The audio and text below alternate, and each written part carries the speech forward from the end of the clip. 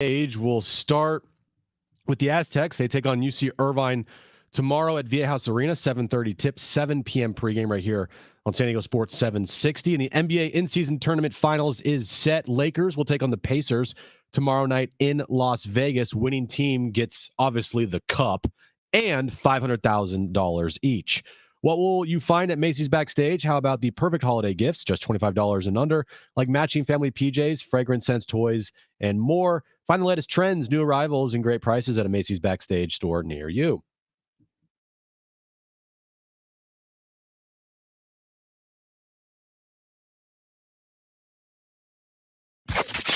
Getting you all set for that drive home. Let's just start the show. Here's Jon and Jim.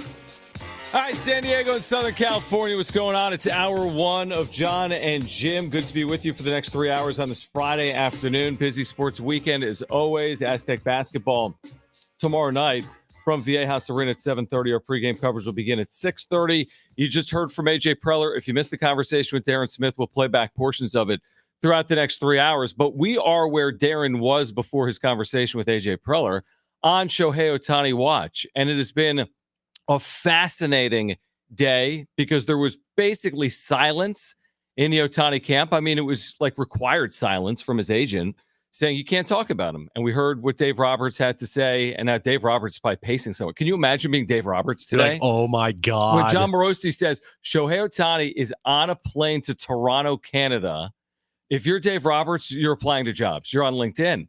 But then Bob Nightingale drops the bomb, if it's even accurate, because it's Bob Nightingale, that he's in his house in Southern California. Well, then Jim Bowden also tweeted that too. I don't know if Jim Bowden's just copying and what Bob Nightingale said, but there were multiple people that said nothing's happened. And Alden Gonzalez earlier today was like, yeah, nothing's happened yet. He hasn't signed anywhere. He hasn't committed to any team. And this whole thing is crazy because obviously Shohei's not talking. I don't have a problem with it. I have more problem with baseball than I do have the player.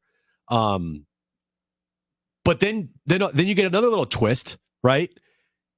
Drake sends out an Instagram story about 45 minutes ago. Okay.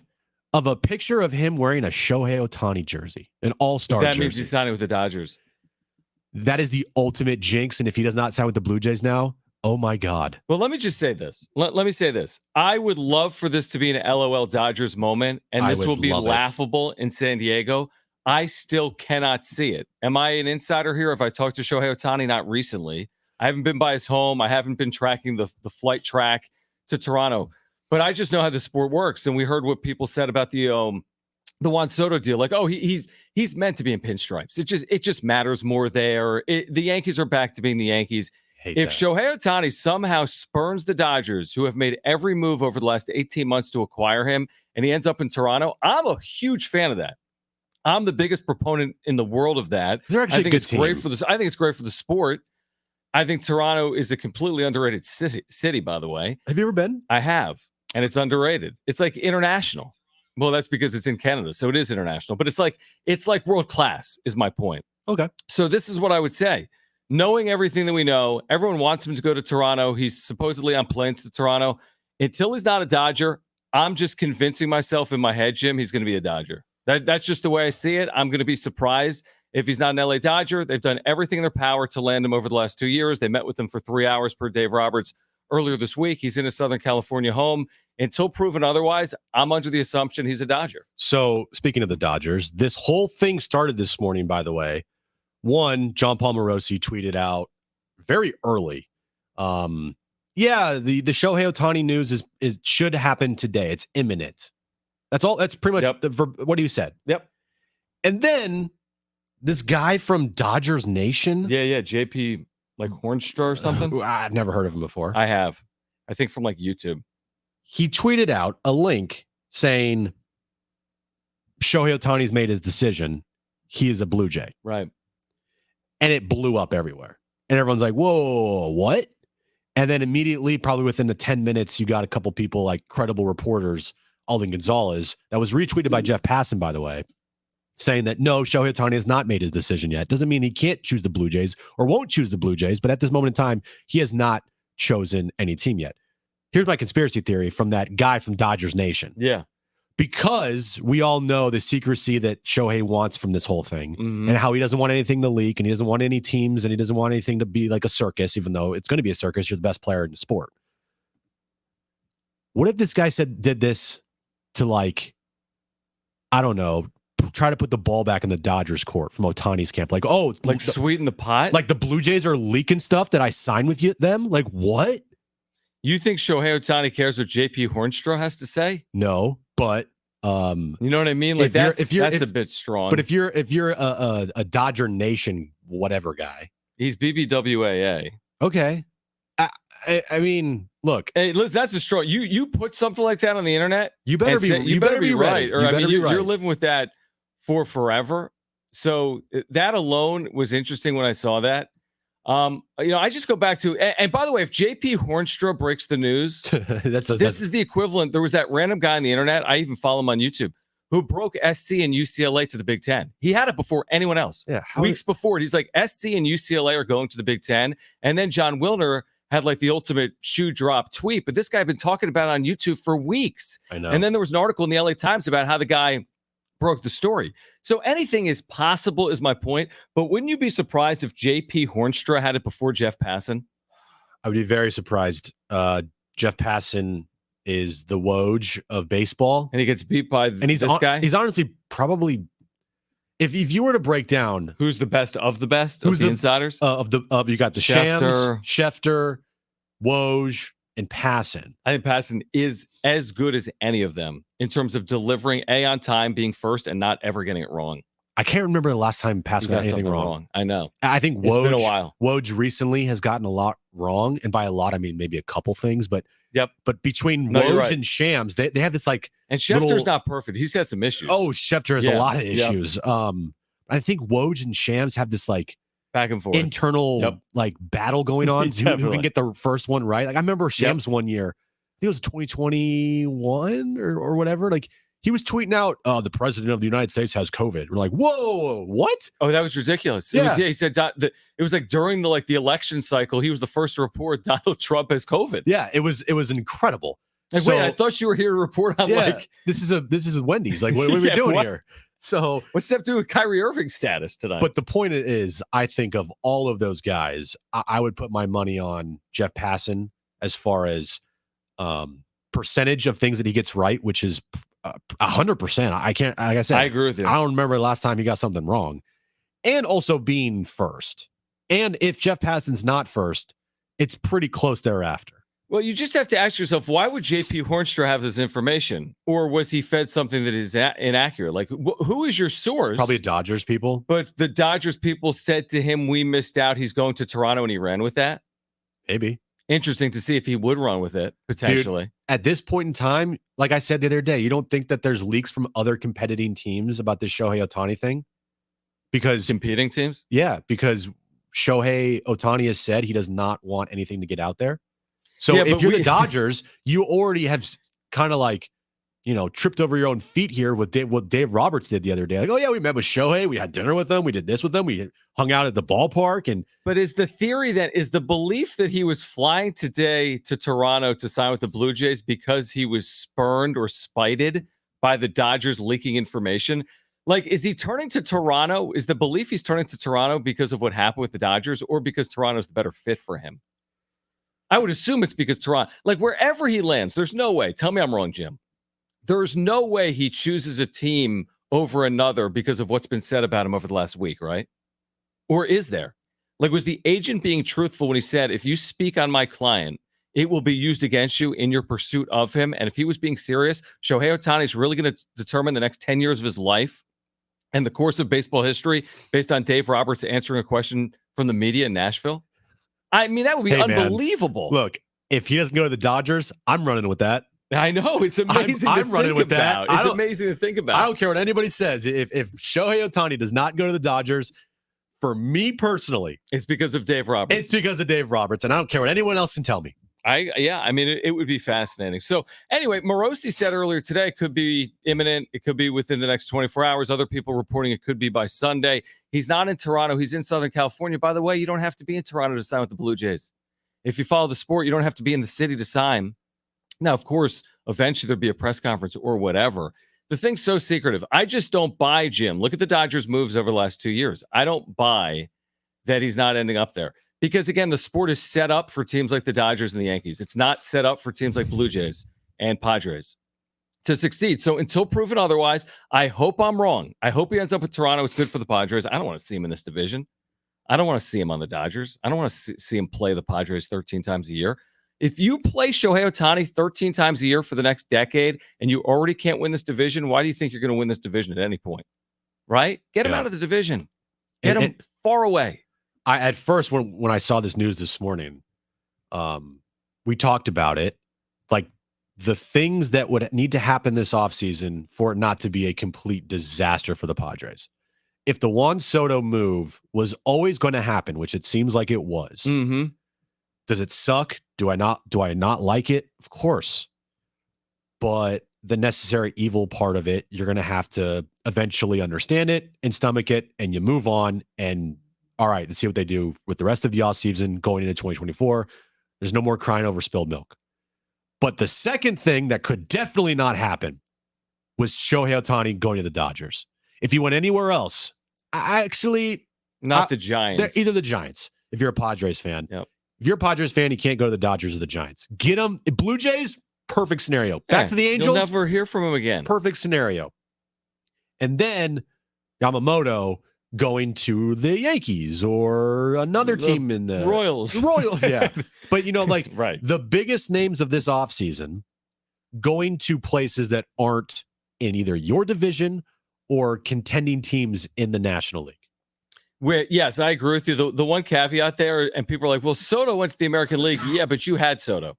Yes. So that's step one wasn't the greatest of steps. And I will say this too, if you're a Dodgers fan and you're banking on Ohtani and you don't land Ohtani and you land Yamamoto, give me a break. I'm sorry. That's not the same thing. And you can't pretend like it is. So it's Ohtani or bust for Dodger fans, which is why hopefully these Toronto things come to fruition, even though he's sitting at home in Southern California. Is the way I look at it. And again, I personally, as someone that has followed the sport for my entire life and know how it's set up and who succeeds in this format, I'd be shocked if it's not the LA Dodgers. But I hope it's not the LA Dodgers. That's the way I look at it. So I'd be shocked if it wasn't the Dodgers, but I hope it's not the LA Dodgers. And again, if you're a Dodgers fan, I don't care what else they do the rest of the offseason. Nothing compares to Shohei Ohtani. There's no other way to spin it. I don't care what you do. Yeah. No way. I don't understand this Dodgers Nation. Like here's a tweet from them at 10:56 a.m. Okay.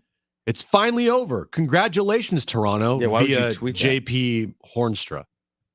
That's from Dodgers Nation? Yeah. I feel like there's some type of trolling going on here. I really do. Because these all guys are Dodger homers. They're Dodger fans. Their freaking website's Dodger Nation. They're getting 50,000 views on these videos they're putting out today. Something is weird there. Something is weird because according to John Heyman, and I would put John Heyman above John Paul Morosi any day of the week, Ohtani's not even in Toronto right now. I would put them on a similar platform. I wouldn't. Really? Morosi, MLB Network? I mean, he was right on Soto. I would go as far as like my power rankings for MLB insiders. He was first on Soto. Yeah, I would probably go. I'd probably go pass and one. Don't even think about putting Heyman second because he's nowhere near second. Rosenthal's higher than Heyman, even with him screwing up. Recently, Heyman gets a lot wrong. Last offseason, Arson Judge. Oh yeah, it's true. Come on, you're right. He gets a lot wrong. You're right. Number two, it feels like it's like passing, and then everyone else, and then kind of like a scrum, a group of Heyman and Rosenthal, and I guess maybe John Paul. But after today, man, John Paul's going down the rankings, man. Well, we say that unless he ends up with Toronto. He might not have been on the plane, but what if he ends up a Blue Jay? That's true. And what if he ends up signing within these? He said it was imminent. What if he signs within 24 hours? Did Morosi say he is signing with the Blue Jays, or a decision is imminent and he's heading for Toronto? There's a difference. He said two things. One, a decision is imminent. Okay. And two, he is en route to Toronto on a private jet. And those two things, well, one of the things, the en route to Toronto on a private jet, are wrong. Well, here's the one thing I would say. You don't even have to say private jet, John. He's not flying commercial. He's not stopping. He doesn't have a layover in Detroit. So, of course, if he's going to Toronto, it's on a private Airlines, jet, right? That would be interesting. Breaking news, Shohei's not flying coach. By the way, did you see, and I don't know if Darren talked about this or not because I was in and out of my car. Did you see there's a video circulating of like, hey, this is why Shohei Ohtani is choosing Toronto. And it was after an Angels-Blue Jays game at the Rogers Center. You like one on the mound? As the Angels are celebrating a win, while the team is celebrating and high-fiving like on their way to the outfield, Brent, he's looking at the mound because apparently he then said to the media like that day, he really enjoys the mound at the Rogers Center. He almost like he has an appreciation. Exactly. This guy's like the one of one elite, and he thinks there's something about the mound that is like unique and special. People are, they're trying to take anything. Everything. Exactly. Oh, Shohei Ohtani. He likes the mound. Smiled when he was, at Dodger Stadium. Oh, he's going to be a Dodger. Right. Like, Shohei Ohtani signed an autograph on a Blue Jays jersey last year. He's going to be a Blue Jay. One of the funny things too is in Japan, they had a pigeon. And you know how they usually do, like, the dog like hits a ball into a basket and then that determines the winners or whatever, like a corgi or like we've seen those things before. Like, the octopus, wherever the octopus goes 100%. to. So they had a pigeon, and the pigeon, they had like the 5 teams, right, that were in on Shohei Ohtani, and like wherever the pigeon went, that's the team that Ohtani was going to go to. Right. And the pigeon chose the Giants. Okay. What were the other options for the pigeon? Well, the Dodgers. Did he have all 30 clubs? No. Pigeon might have been pissed because he couldn't choose other teams. It's just where my point is like everybody is taking, like, I'm sure Giants fans are like, dude, the pigeon chose the Giants. Oh my God. He's like, this is getting real. Yeah. The point is like, there are so many different little things, indicators that fans are going to latch on to and be like, he's choosing us. He's choosing us. When in reality, none of that matters at all. Like this Dodger Nation report today, to me, very weird. The private jet going from SoCal to Toronto today that was first reported to be Shohei Ohtani and then end up not being Shohei Ohtani, very weird. Right, which is just Bob in accounting, by the way, for like a Southern California accounting agency. The idea of a plane going from Southern California to Toronto is not unique. This is the most populous part of the country. Toronto's a big city.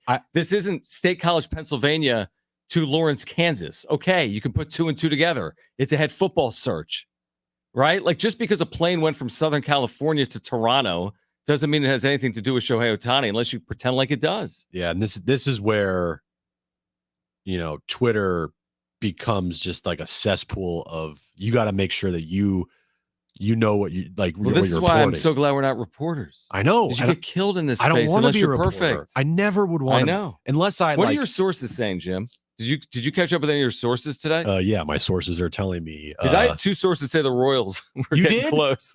I had a source say watch out for the Pirates. Well, did you see San Diego State baseball said he's welcome to the Mesa? Oh, perfect. So he's got college eligibility. I love it. Although he's played professionally, we'll have to work through. How many home runs do you think he'd hit with a metal bat? I think he could hit 20 plus in like a game. No, a full season. A full season. How good would he make a college baseball team? Well, we know that. But you heard, Craig Carton, hey, you've never won more than 73 games. I mean, does this guy have value? Or who was it? Chris Russo. He's never won more than 73 games this season, Jim. Here, I will say this about Ohtani. This is the only negative on Ohtani. Okay, let me hear it. What? I'm excited. There is definite risk here. I don't think that signing Ohtani is just a home run, no matter what, is going to pan out to be perfect. He may never make a start again in the big leagues. I mean, he probably will, but he might not be the same pitcher. He's had 2 ACL tears. And you're not paying potentially $600 million just for a DH. Like it's crazy. You're paying him because of what he would bring to your team, visibility, endorsement deals, just a whole entire country, right? You're taking an entire country that he is from and putting all of their eyes on your team, dude. So you would recoup this money very quickly. I feel like I would think so. It's just hard when you're trying to build a winning baseball team when you have a guy making potentially $50 million a year. I agree with that. All right, much more on Ohtani Watch over the next 3 hours. David J. from MadFriars.com, great resource for Padres fans on the return for Juan Soto. He'll join us at 5:30. You'll hear from AJ Preller with Darren Smith on the Darren Smith Show earlier today. later this hour. We've got great giveaways for you. Paul Speakers, the president of the San Diego Seals, he's going to swing by. Their opener is tomorrow, so stay with us on Jon and Jim.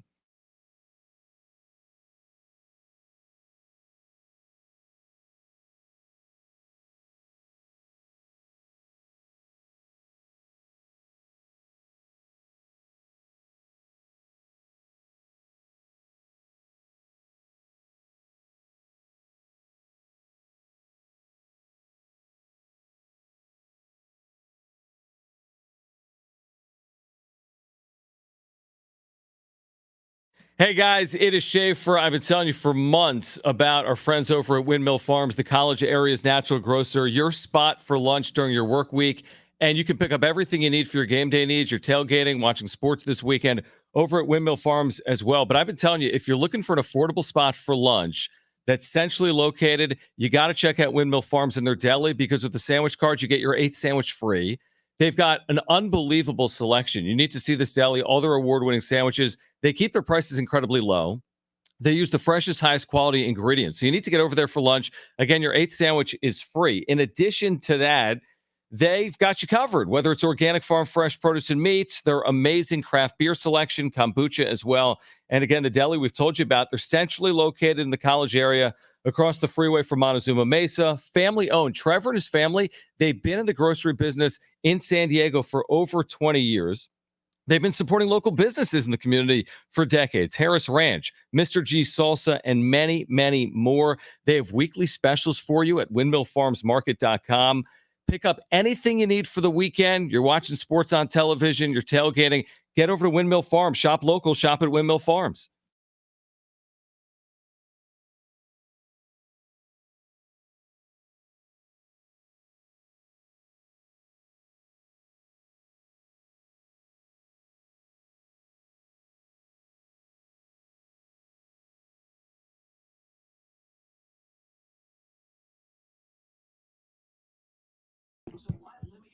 All right, guys, if you're here, please subscribe. Year-round content for sports fans. Please subscribe if you're here. We've got daily shows, weekday. Weekday? Is that daily? Daily. Weekday. No, it's not daily. Weekdays. 3 to 6 Monday Pacific. through Friday. Listen to Jim. JD Gotcha, thank you for the super. He says, Ohtani to San Diego State. Will he get the Aztecs to Omaha? I would think he'd have a good shot to do that. Now, he can't pitch next year, so Right. that could impact their ability to do that. But I think he falls out of bed hitting like 580. Maybe not, honestly. He probably doesn't have, what would he hit in college? Like he actually tried. Well, yeah, it's Shohei Ohtani. I think he's like taking the season off. It would be an interesting theoretical. He'd be the greatest college baseball hitter of all time. He'd be good. He'd be solid. Shoot, he's like one of the greatest major league hitters of all time. Right. Would he get into Omaha? Yeah, I have a feeling there'd be a good shot. So we'll keep our eye on that. JD Gotcha, thank you for the super. We get to all of our super chats during the breaks. If you want to support the channel and contribute, we do appreciate it. Please subscribe, and we'll be back in a moment.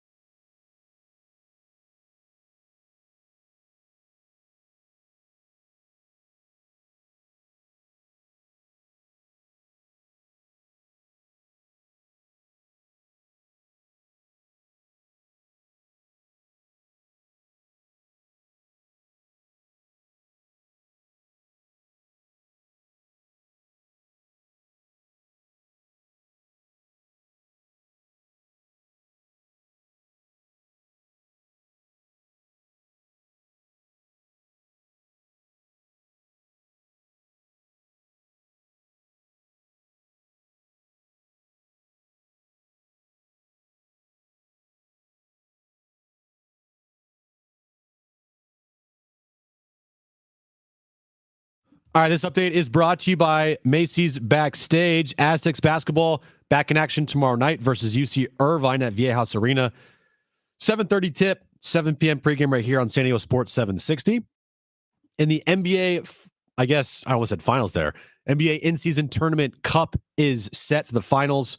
We have the Lakers taking on the Pacers tomorrow night in Las Vegas. Winner of that game wins the cup and gets $500,000 each. What will you find at a Macy's Backstage? How about the perfect holiday gifts? Just $25 and under, like matching family PJs, fragrance sets, and toys and more. Find the latest trends, new arrivals, and great prices at Macy's Backstage store near you. All right, back to Shohei Ohtani's landing spot, which isn't literally Toronto today. Like, where is he landing? California. Yeah. We'll get back to that. You'll hear from AJ Preller with Darren Smith earlier today coming up this hour. We have great giveaways for you today. David J. from Mad Friars and the Padres return. He'll join us at 5:30. But good to catch up right now with Paul Speaker, president of the San Diego Seals, Indoor Lacrosse, National Lacrosse League. They will open up their season tomorrow night, Pechanga Arena. Paul, we appreciate you hopping on with us here on Jon and Jim. Tell us a little bit about what fans can expect tomorrow night. What do you have going on tomorrow night at Pechanga? And thank you. Absolutely. Thank you so much for the time. Yeah, we're really excited. We got the Calgary Roughnecks coming into town. They beat us last year in the first round of the playoffs, so there's a little bit of a grudge that we've got to settle with them.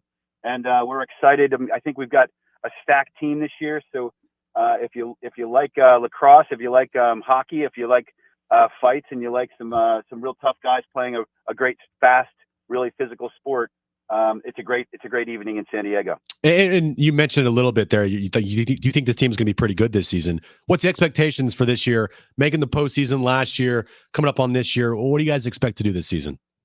I think anything short of holding that cup above our heads is going to be a bit of disappointment. I talked to Patrick Merrill, the coach, this morning and yesterday, and the team is really looking at, obviously one game at a time, but our long-term goal is to give Josiah, our owner, a cup. So we're excited to get started tomorrow night.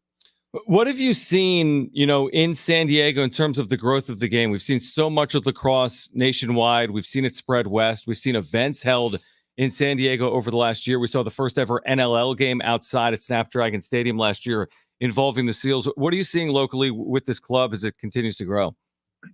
Yeah, I think there's a couple things. One, we've seen the migration of lacrosse over the last 15 to 20 years move west, and you can see it in the growth in the youth sport around town. And then on top of that, this year has been just a fabulous year.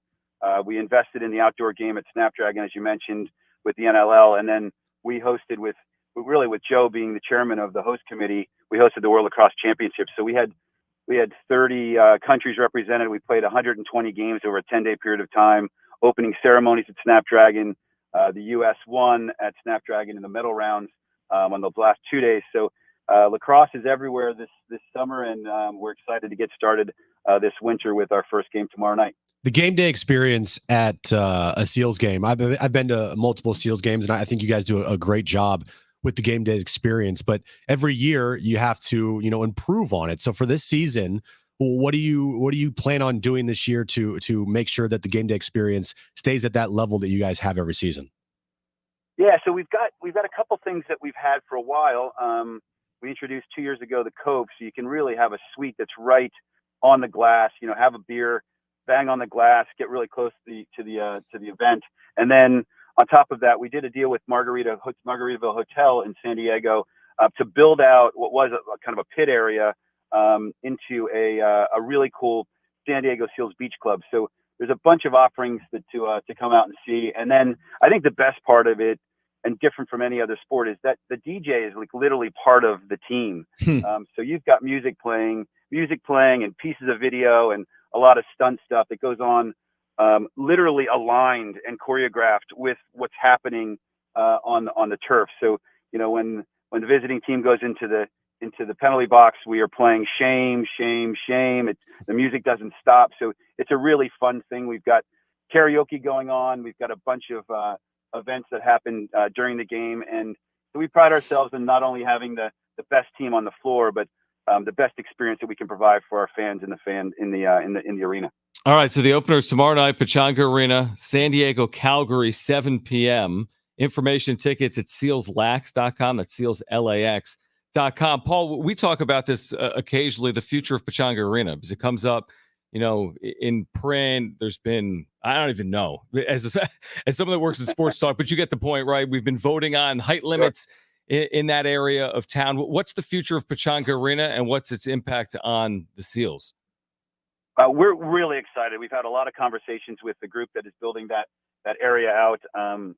We think it's obviously a really important part of the sports world and the entertainment world in San Diego. We're happy to be part of it as a tenant.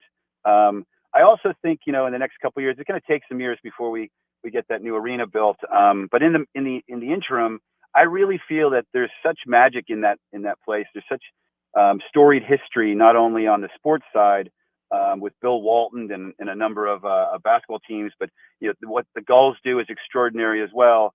And for us, it's it certainly feels like home. And I said to Joe when I first came into the first game a year ago, it feels a bit like a dive bar, right? As the people get in there and the spirit starts to kind of change, you really get enamored with that history of the building, and it's just a really fun place to let your hair down, come out with your neighborhood and your friends, and again, drink a beer, bang on the glass, get close to the action. And we've got some unbelievable fans that come out, face painting, wearing costumes. We've got a bunch of celebrities that have actually joined us as fans. So it's a great place to have a beer and a hot dog and root for the Seals. And we remain really, really excited about the future with the group that's putting together this new arena. Yeah, like you said, over the years, NBA, Muhammad Ali's fought there. John Wooden's final game, the Final Four 1975 was inside that arena as well. Paul, we're looking forward to your season. Like Jim said, we've been at a number of Seals games over the years. We're looking forward to checking you out again here in 2023-24. Again, for our listeners, they'll open tomorrow night against Calgary at Pechanga. Tickets at sealslax.com. Paul Speaker is their president. Paul, thanks for swinging by. Thanks, Paul. Thanks so much, guys. I really appreciate the time. Yeah, we appreciate your time. Paul Speaker with the Seals, who we probably should have asked if he's anywhere near Shohei Ohtani or if he'll make an appearance tomorrow. Or if he knows where Shohei Ohtani is leaning towards. Right, exactly. That's a good point. Because John Morosi does not. Yeah, it's. I feel like we're in a situation now we should just ask everybody what they are hearing about Shohei Ohtani, what are their sources telling them? Because it seems like everybody can just throw out anything they want these days. You think we get here Monday and Shohei Ohtani has a team? I think so. So you think it's getting close, and maybe that's why we're hearing all the. I think the rumblings. Yeah, and there's so much smoke. Yeah. Now, if he does make it, let me ask you this: if he made an announcement on, let's say today, tomorrow, why wouldn't he have done it around the winter meetings? So close to the winter meetings. This would be literally a day after them officially ending. I don't know. Isn't that a little? You know what I mean? He could have done. If you knew Friday, could you have done it during the winter meetings to give that event a little bit more life? There was one point that was made that I think is accurate, and with a deal as big as this one, you can't just all of a sudden put this contract together in a couple hours. And contract together, but also it's been weeks. Also, medicals are something with Shohei Ohtani that you're going to have to really dive deep into. Yeah, but once he agrees in principle to a deal, I agree with you. It might not be finalized for a period of time, but they're not going to be like, hey, the Blue Jays have agreed. This ain't going to be Carlos Correa. Nah, probably no. No, it's not. I don't care what the medicals say. He's got 2 UCL tears. Am I the only one that is just getting Kawhi Leonard flashbacks from when he went from the Raptors to the Clippers? We're following planes, going from California to Canada.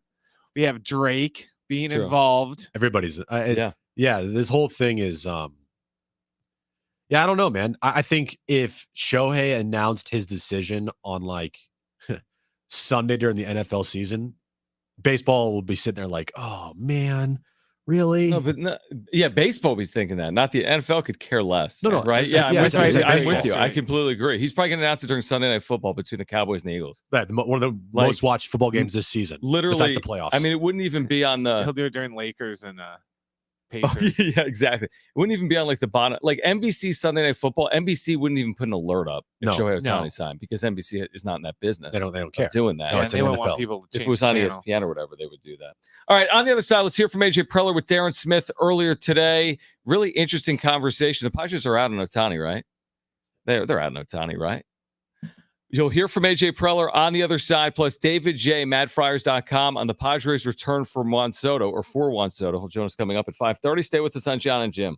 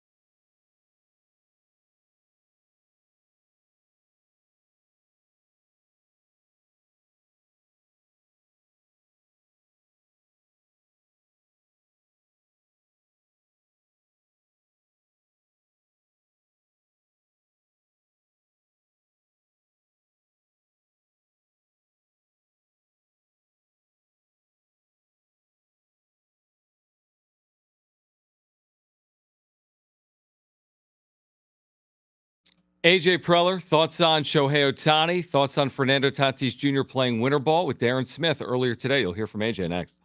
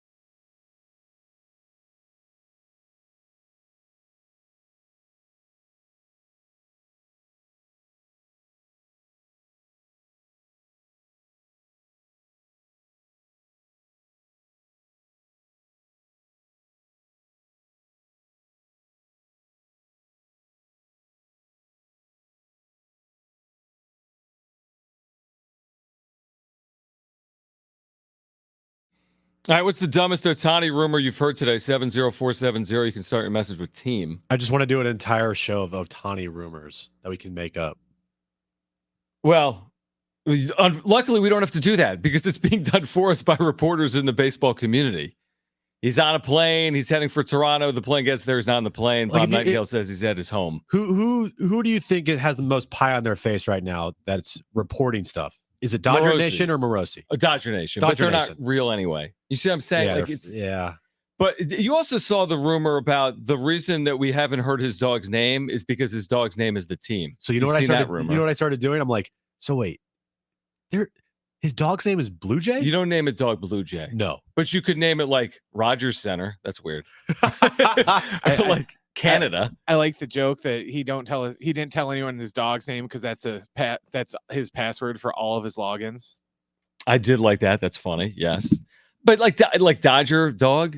Have you ever heard of like Dodger dog? Yeah, they suck. Right. Dodger dogs suck. Sorry. It's a fact. And by the way, if Petco, pet company, animals, it's probably not happening. All right, AJ Preller. So you don't think he named his dog Petco? Petco. Probably not. Probably not. But he could have his animal. He could sit out in left center or whatever. Those like pet suites. What if his dog's name is Royal? Then you'd be right. They could, you know how they have like the recliner section there that you sit in? Yeah. We'll just build one for his dog.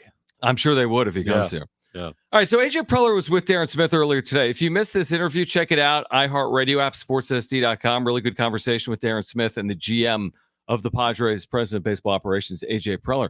We both found it interesting, his response when asked about Fernando Tatis Jr. playing winter ball. Take a listen. That one was, again, I think we're down, have a few staff members down there right now, working Tatis out there. I think the positive part overall is, again, like him, he expressed the interest in playing winter ball, and it's really, other players, Ronald Acuna, Jose Ramirez, are doing it right now, have done it in the last couple of years. I think for Toddy, I think he looked at last offseason, the last year. He was kind of rehabbing, coming back from the 2 surgeries, so he didn't really get a chance to have a full off season. I think he's really excited to some of the things he's been working on down in the Dominican from an offensive standpoint. Mainly, he gets a chance to go out and try in some games and kind of see how that plays out for him. So he gets a head start coming into spring training. We'll definitely have some more conversation when he's ready to start playing in those games about position and what that looks like. You okay with him playing short? We'll talk to Fernando on that front. Kind of talk to him about, again, I think that the biggest thing for him in playing right now is just, he understands this is, he enjoys playing down there, but I think he understands this is more preparation to go out and have a big season, offensively work on some things. And, we'll talk more in the next couple of weeks about where, from a defensive standpoint, what he needs to get out of that time in the Dominican. But I think our biggest focus right now is getting some at bats and, really getting that bat in the spot that he's super impactful here this year. Translation. No. Yeah. No translation. No, we are not okay I'm agreeing with him you. playing. I'm agreeing with you. Yeah. We're not okay with him playing shortstop. We are okay with him DHing and hitting. Yeah, the shortstop thing, when he starts chuckling like that, and he's like, no chance. It takes him a little bit to try to get to his answer, which is not really an answer. It's more of just filler. They're not okay with it. Yeah, it's the equivalent. Like, you're not a shortstop, man. Yeah, stop. So you're doing not this. working on a skill that's going to help you in the big leagues anymore, and that is what it is. It's like if you or I start playing football. Yeah, bad analogy. Like, no, like we're sports talk hosts. Like, you're not a football player. Like, you're not a shortstop. And by the way, you've been hurt in the field playing shortstop before, and you can get hurt in the outfield. I wouldn't play him in the outfield either. He's a platinum glove winner. Yeah, he needs no seasoning. Just hit the ball. Yeah, the biggest thing for him, if anything, just go out there and get a couple at bats. To be honest with you, Jim, I don't think he needs it. The length of the season with spring training, with starting earlier, a year removed, I don't think he has to have it. I'm sure he wants to have it, and that's fine. But you don't know, and maybe that's a stupid way to look at life. You don't know, but you get hit on the hand. Nobody needs to see that. Right, but I mean, look, you take chances every day of your life. Like Fernando Tatis Jr. got hurt riding a four-wheeler. Okay, so yeah, but that might have been a bad idea. It was a bad idea, but my point is, like, going out there and taking some at bats against live pitching to get you ready for next season to me is not a big deal. Not a big deal. But yeah, okay. But going out there and playing shortstop and diving around the field, one of the biggest reasons why they moved him off shortstop is because there at times he was pretty reckless with his body, just throwing it around out there. And they viewed him, his best attribute is his speed, his athleticism in the outfield would be more of a plus than putting you at shortstop. So to me, if you go out there and play shortstop and you see him starting diving around the field, you're like, what are we doing? We're back to square one. Yeah, it's amazing that, like, here's the deal. He's an elite defensive outfielder. Elite. He had a chance to maybe be that one day as a shortstop. It was far from a guarantee, and we saw it all over the map. He was good and bad in the time we saw as a shortstop defensively, but he's elite. So you don't get better than elite, is my point. He's already accomplished that. Yep. And his best attribute is his speed out there, his length, right? His strides. He can cover so much ground. Which is why people are speculating, could he be a future center fielder? I know AJ Preller's been asked about this, by the way. I kind of like it. If it ain't broke and they've already moved him before, he's perfect and right. He's perfect and right. Right. So it was. I mean, his answer is pretty telling. His answer is honestly, before you play shortstop, you will call us because we are telling you we don't want you playing shortstop, man. And the thing with Tatis is you're a little afraid if you give him an inch, he might take a mile. And he's still not fully like, I feel like, when you get in trouble with your parents and then you gain that trust back and they let you go out and like, don't make me regret this. Right. You think he's in that spot? I do think it's a situation where it's like, dude, yeah, go play winter ball, but don't make us regret it. Like letting you go play winter ball, which we understand your dad and totally get it. But don't be reckless and don't do anything stupid to make us regret this. So you think they'll regret it, though? To my point, like you said, there's risk in everything. Do you think they'll regret it if something happens that has nothing to do with him in the field? If just something happens, happens in the batter's box, he pulls a hamstring running, whatever, he gets hit, will they regret it? That's my point. And if the answer is yes, then do we need to see the 29 at bats? He's not getting 300 at bats. He's going to get 30. He's going to get 20. That's the thing. The whole offseason, you're going to get 30. I don't have a problem with it. The playing shortstop in the field, you could tell that they have a problem with that. But the hitting part, I don't. All right, our Shohei Ohtani watch continues. Will he sign tonight or not? Who are the favorites? We've got the latest for you from social media in hour number 2. We also have a 4-pack of tickets to SeaWorld San Diego's Christmas celebration to give away coming up in the 4 o'clock hour. We'll get to the wrap. David J. MadFriars.com. What does he make of the return for Juan Soto that the Yankees sent to the Padres? He'll join us at 5:30. Hour 2 of Jon and Jim. That's next.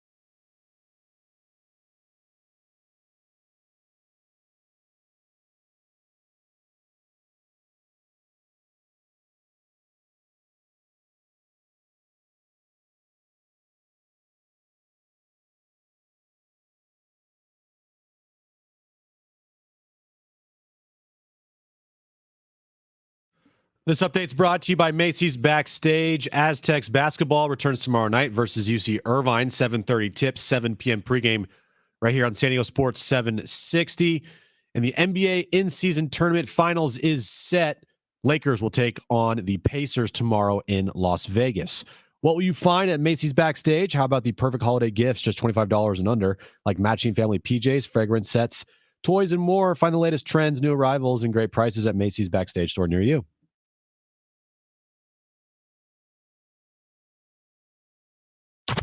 Getting close to that time. Yep, that time. Quitting time. And there's only one way to handle that drive home. John Schaefer and Jim Russell. It's a new day in San Diego, and I don't know what to really make of it other than the fact that they just traded away Juan Soto for a myriad of prospects with the New York Yankees. The first question is why? Why did they have to trade Juan Soto? Why did they trade a future Hall of Famer, generational talent, 25-year-old just getting into his prime? Like, they did a myriad of things that was misstep after misstep after misstep by AJ Preller. Now it's time for John and Jim. All right, San Diego, Southern California, we have a myriad of things to talk about over the next 2 hours. I didn't realize that you said it and I said it. I said, okay, so in that open that CJ just created, I said myriad. I didn't and even then Jim realize that. said myriad, which I remember in real time yesterday, but I didn't say anything. But now we're going to hear it in the 4 and 5 o'clock hours. I don't remember you saying it. I remember me saying it. Oh, yeah. That's you don't remember me saying it because you don't listen. But you That's must have probably why- subliminally listened to use it. My subconscious, like I listened to it, but I wasn't listening to it. And then my brain was like, that's a good word to use. Yeah. And I didn't realize that you used it because I wasn't really fully paying attention to you. Like I don't really anyway, but John Morosi 3 hours ago. Sources: Shohei Ohtani is en route to Toronto today. A representative of his agency, CAA, would not comment when asked about Ohtani's travel plans. wrong. At this hour, Ohtani does not have a signed agreement with any Major League Baseball team. So that was John Morosi 3 hours ago. So then everyone spent their entire afternoon in Canada following like flight tracker apps. Then Bob Nightingale, who isn't exactly like to be trusted. Well, John Heyman reported this too. I know. He said, Nightingale said, Shohei Ohtani is not, in all caps, in Toronto. Ohtani is not on a flight to Toronto. Ohtani is at home in Southern California. Just wrong. Who knows where he is? Wrong. Honestly, who knows where he is? But we're waiting at this hour to learn about the fate of Shohei Ohtani's free agency. Where in the world is Shohei Ohtani? Apparently in Southern California. There's two things. I'm not really interested in the dollar figure. I think money has nothing to do with it. I literally believe money has nothing to do with it. I don't think Ohtani's picking a spot because of money or years. I think he's picking a spot based on what he deems to be the place he should be, winning, and where he's going to be comfortable. So all that really matters now is when and where. Not that the dollars are going to be huge. The years are going to be, I'm sure, a number of them. Are there going to be questions about his ability to stay healthy or pitch? Of course. But I'm not convinced that he's going to choose the Dodgers because, they gave him 545 and the Blue Jays wouldn't go to 546. This can't come down to money. I don't think it would. There's no way. The money's going to be all about the same, around the same. So it's and Shohei, from when he has talked or whatever we found out of what he values, I don't think money's at the top of that list. I mean, it's going to play a factor. Like if some team offers $150 million more than any other team, that's probably going to play a big factor in this. I don't think so. But you don't think money's going to play a factor? No, not at all. He has unlimited. If the money's at least $100 million more? I don't. I think $100 million could play a factor. I mean, he's got unlimited resources from a marketing perspective. He's going to be the richest professional athlete in the history of American sports. No contract's ever touched 500. Someone offered him $600 million. As opposed to 5, I don't think is a difference. Then the agent should be fired. No, not really, because you represent Shohei Ohtani. Well, you should also make sure that your player gets the best deal possible. Yeah, but not if Ohtani wants LA, it will be, is my point. I don't think he's going to be wooed to Toronto because they offered more money. Does Toronto make sense in your mind? It makes a lot of sense. It absolutely makes sense. I'm 100%. They're trying to compete in a tough division to compete in. They haven't won a postseason game in a while. They play in a division with the Yankees and the Red Sox, and even the Rays have been better than them. Yeah, it makes a ton of sense. I saw this point. I think it was Too Much Morton's on Twitter today. It was a good point. Mm-hmm. Imagine this goes down and he does go to the Blue Jays. Okay. Maybe it was I don't want to say it's a good thing, but trading Juan Soto to the Yankees when Juan Soto was traded to the Yankees gave Preller the most leverage he could have had. Because if he traded him after Shohei signed, like say Shohei signed with the Blue Jays, and we know Preller said it, 11 teams checked in and talked to him about Ohtani. I'm sure the Blue Jays were one of them. I think it was even reported the Blue Jays were one of them. If Ohtani signs with the Blue Jays are not going after Juan Soto.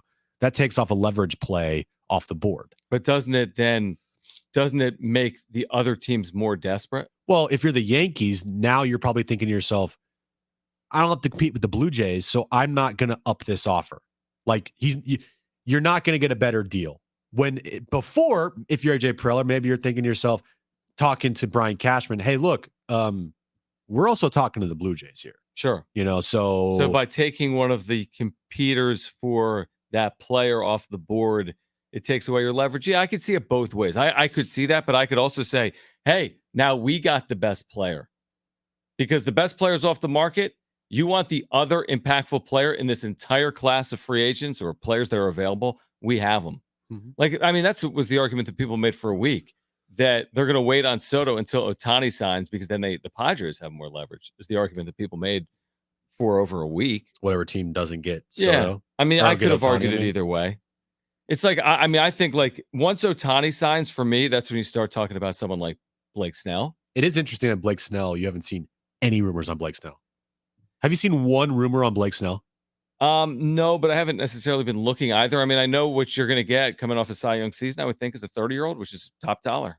$30 million a year, maybe somewhere in that range, 4, 5, 6, 7 years. I'm kind of thinking otherwise now.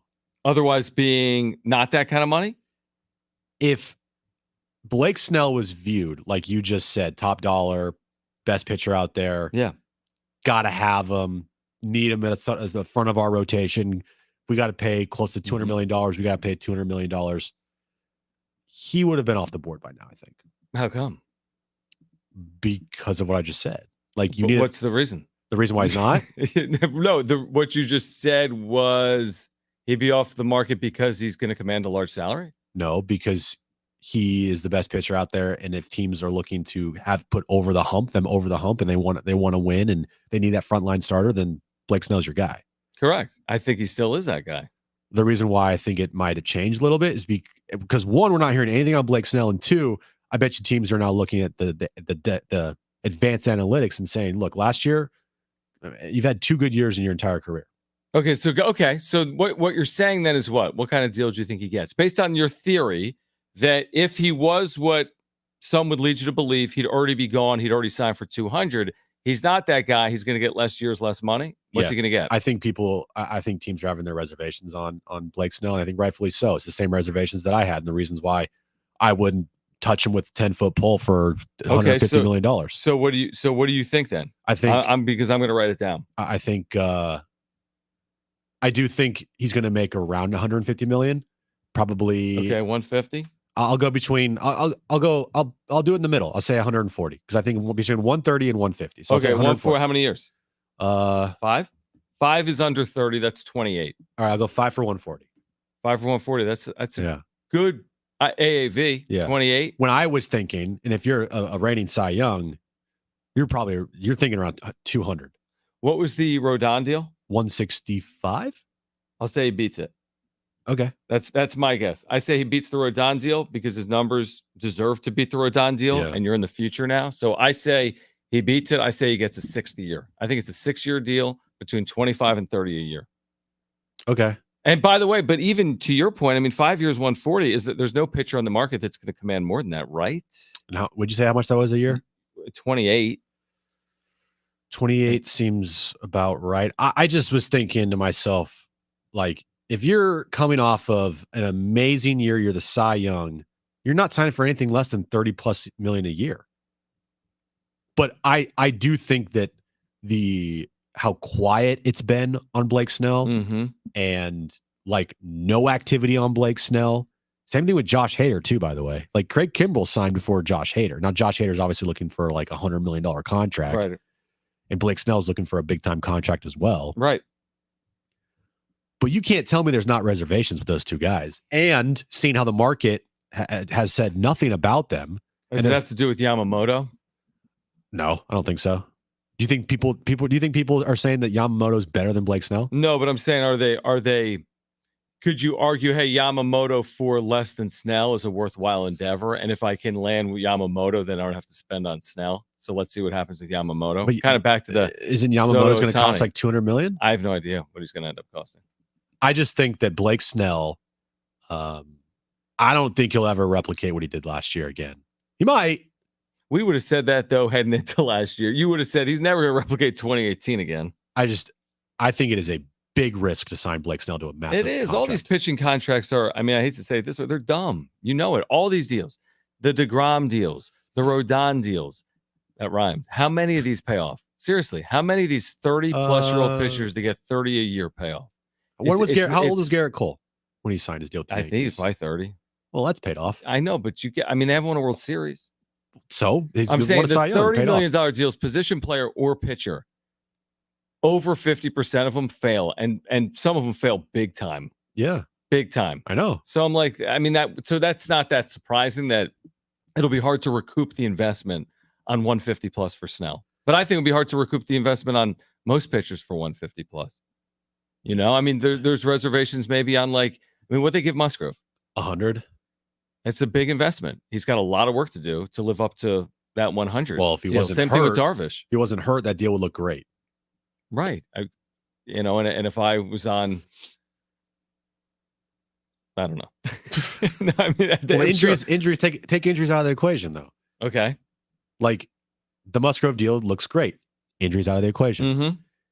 Blake Snell for $165+ million. I'm telling you, I don't think that would look great. Take injuries out of the equation, because to me, he's a not. You can't tell me that he's going to walk 100 guys next year and he's still going to have a 180 ERA. Yeah, but that's not the point. The point isn't you're going to have a Cy Young caliber year every year of your deal. If you're paying a guy that much what you're money, capable of. Well, if you're paying that much money, I expect the guy to be like at least all-star level. Okay, that's fair. I agree with that. And I don't think Blake Snell can string together all-star level seasons back to back to back to back. But to your point, if Yamamoto's going to get $200 million, which is what you said, right? Yeah. Well, then that's what you're waiting for on Snell.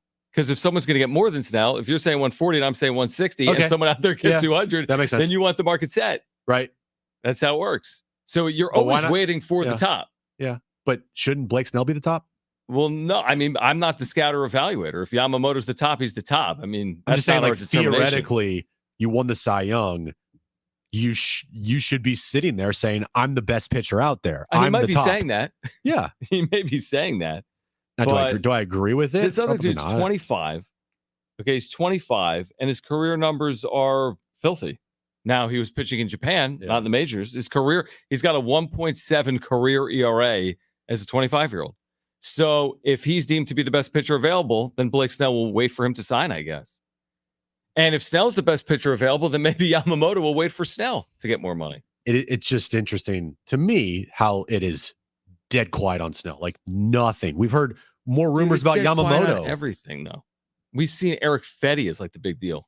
Yeah, but at least we know that Yamamoto, like potential suitors, like the name is being brought up. Sure, but he's also in a posting window where he has to sign now within like 21 days. Jung-Hoo Lee's been brought up. Has to sign within 21 days.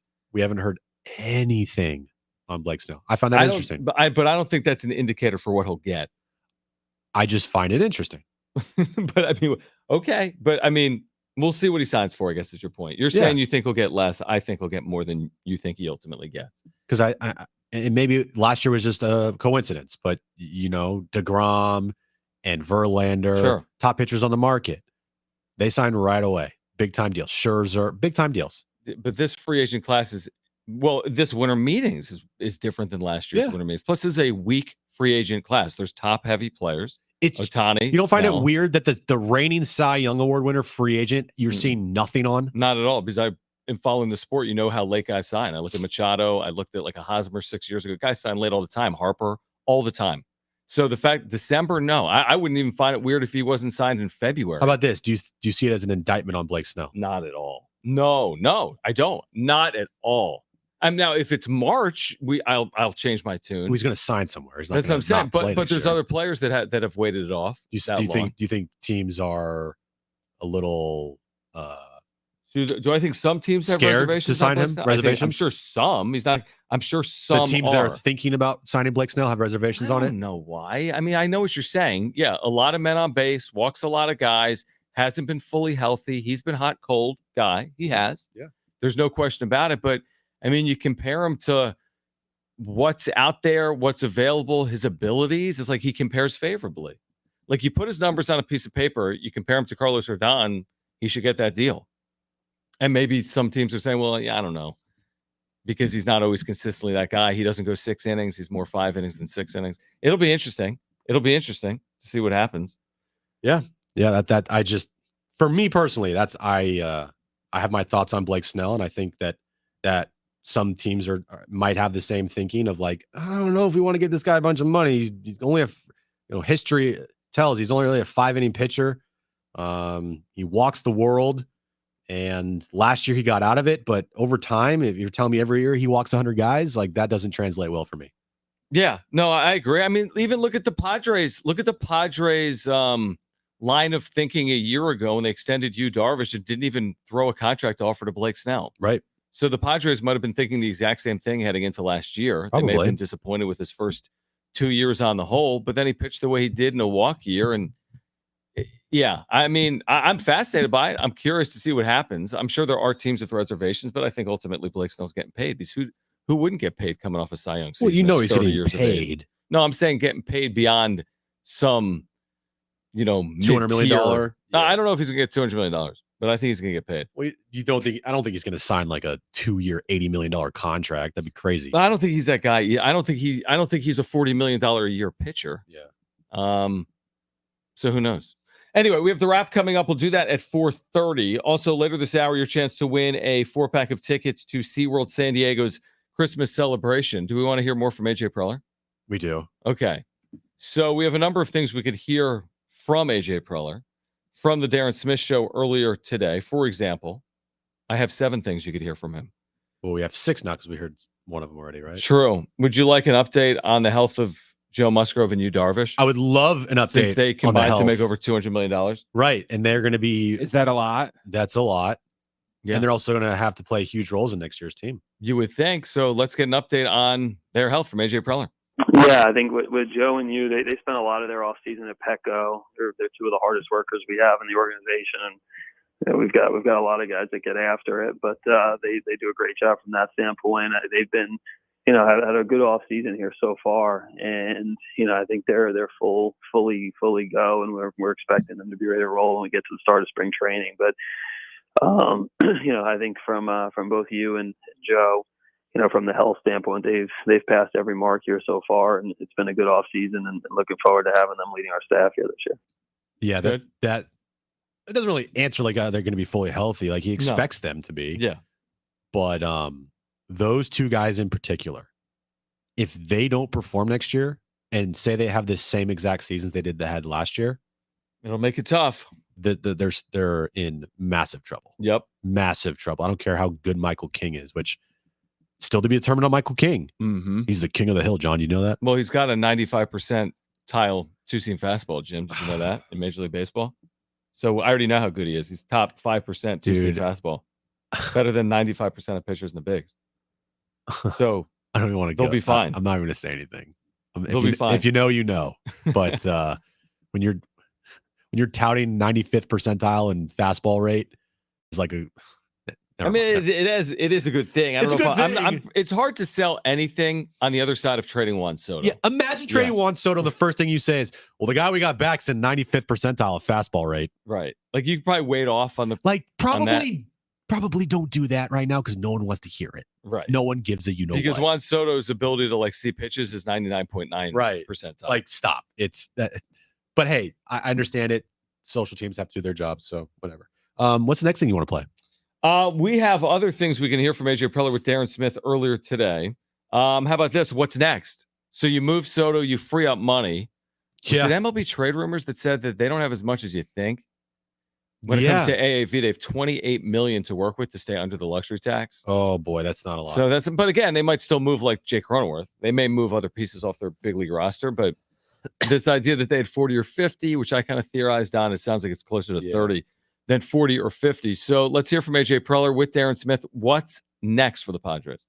Yeah, I think part of the decision to consummate the deal. Obviously, we liked it. It wasn't like, hey, we needed to do a deal at this point in time. But I think it just enables us to, instead of going through the what ifs and if one's here, if one's not here, that payroll salary, how that could, different moving targets. I think gives us like some knowns in terms of our ability now to go out and continue to play on the free agent market and continue to look at the trade market. I think we're going to look at, adding more pitching, both in the rotation and the bullpen, and then, some type of position player bat. And I also think there's going to be guys in the system that we're excited about, that we're anxious to see how they perform, continued development like Luis Campusano and some of that group that was in, AA last year, that in the fall league that we like. I think we're going to continue to develop that group through the off season and give some opportunity. And, ultimately, we understand we've got some more rounding out to do with our roster. And that's what the next couple of weeks for, and we've got a little more clear picture after the Soto deal. All right. That's what's next. Let's go to Joey real quick before we get to the wrap on the other side. Joey, you're on with Jon and Jim. Thanks for calling in. Hey, how you guys doing today? Good, man. And so I was watching your guys' show yesterday, and I kind of like what Jim was kind of commenting at. Wait, what? When he was. Can you guys hear me? Yeah. No, I'm kidding. I'm saying you like something Jim Let him said. talk, John. Okay. Relax, Jim. It's the first person who says, okay, let's hear. No, yeah. So right now, the Padres definitely have a lot of holes to fill. And I think a hole that needs to be addressed is that second catcher position. Because at the end of the day, if Campusano gets hurt and we're stuck with Higgy and Sullivan as our major league catchers, that's a hole in the lineup. And Gary Sanchez, it seems like he wants to be in San Diego. And if you go and you sign him for $6 to $8 million a year, then you got a DH, you got a catcher that brings you slug, a catcher that upped his defense from what was being perceived from New York Yankee fans. And for me, it fills two holes: the DH, a second catcher, and then if something happens to Campy or to Sanchez, then you have Sullivan as a backup. But if you don't go and get Sanchez for the low, then you're kind of stuck with Campy and Higgy. And if something happens, then you're looking at, a situation that could be potentially a hole in the Padres lineup in the middle of the season. I don't know what you guys think. You were literally, thanks for the call, Joey. Like literally just reading my mind, because before that call, I heard you, and you heard it as well. And I'm sure Joey heard it as well. Like if they go into this season with their two catchers as Higgy and Campusano, that's scary. I have news for both of you. They will. That's scary. That is their backstop combination for next year. That to me is. You guys see what you started? Now everyone's going to call him Higgy. Higgy. You got to take credit for that. I like that. Well, I think people called him Higgy in New York. I was copying. No, it's all because you couldn't say his name yesterday, and you said, "Screw it, I'm calling him Higgy." But that to me, Campusano can't stay healthy. Higgy, I sound weird calling him. I don't like. I don't know. Whatever. He can't hit a lick. He's good defensively, but oh my, yeah, those that's are a your problem. two catchers. That's a problem. That's a problem. I mean, if they sign Gary Sanchez, that'd be very surprising. Those are your two catchers. All right, the wrap is on the other side. Plus, still ahead, your chance to win a 4-pack of tickets to SeaWorld San Diego's Christmas celebration. David J. Mad Friars on the return in the Soto trade will join us at 5:30. Stay with us.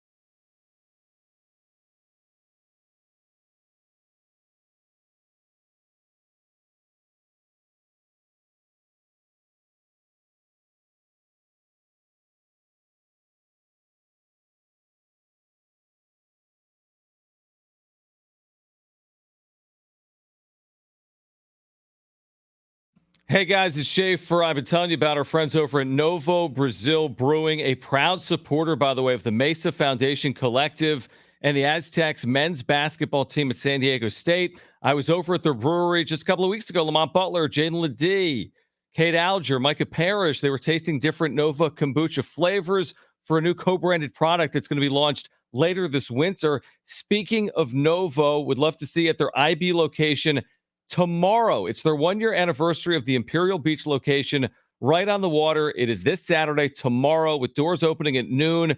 Party starts at 1, music until 7:30. They're also getting ready to open a brand new spot in Mission Valley. Later this month, Novo Brazil Mission Valley is going to be a 350-seat restaurant with a full bar menu, 60 taps of Novo Brazil beer, Nova Kombucha. They've got an amazing kombucha. I've been picking some up recently at Windmill Farms. They have seltzers. They've got great food offerings, sandwiches, tacos, burgers, empanadas, appetizers, Brazilian-inspired entrees, and more. For more information, visit novobrew.com. That's Novo brew.com.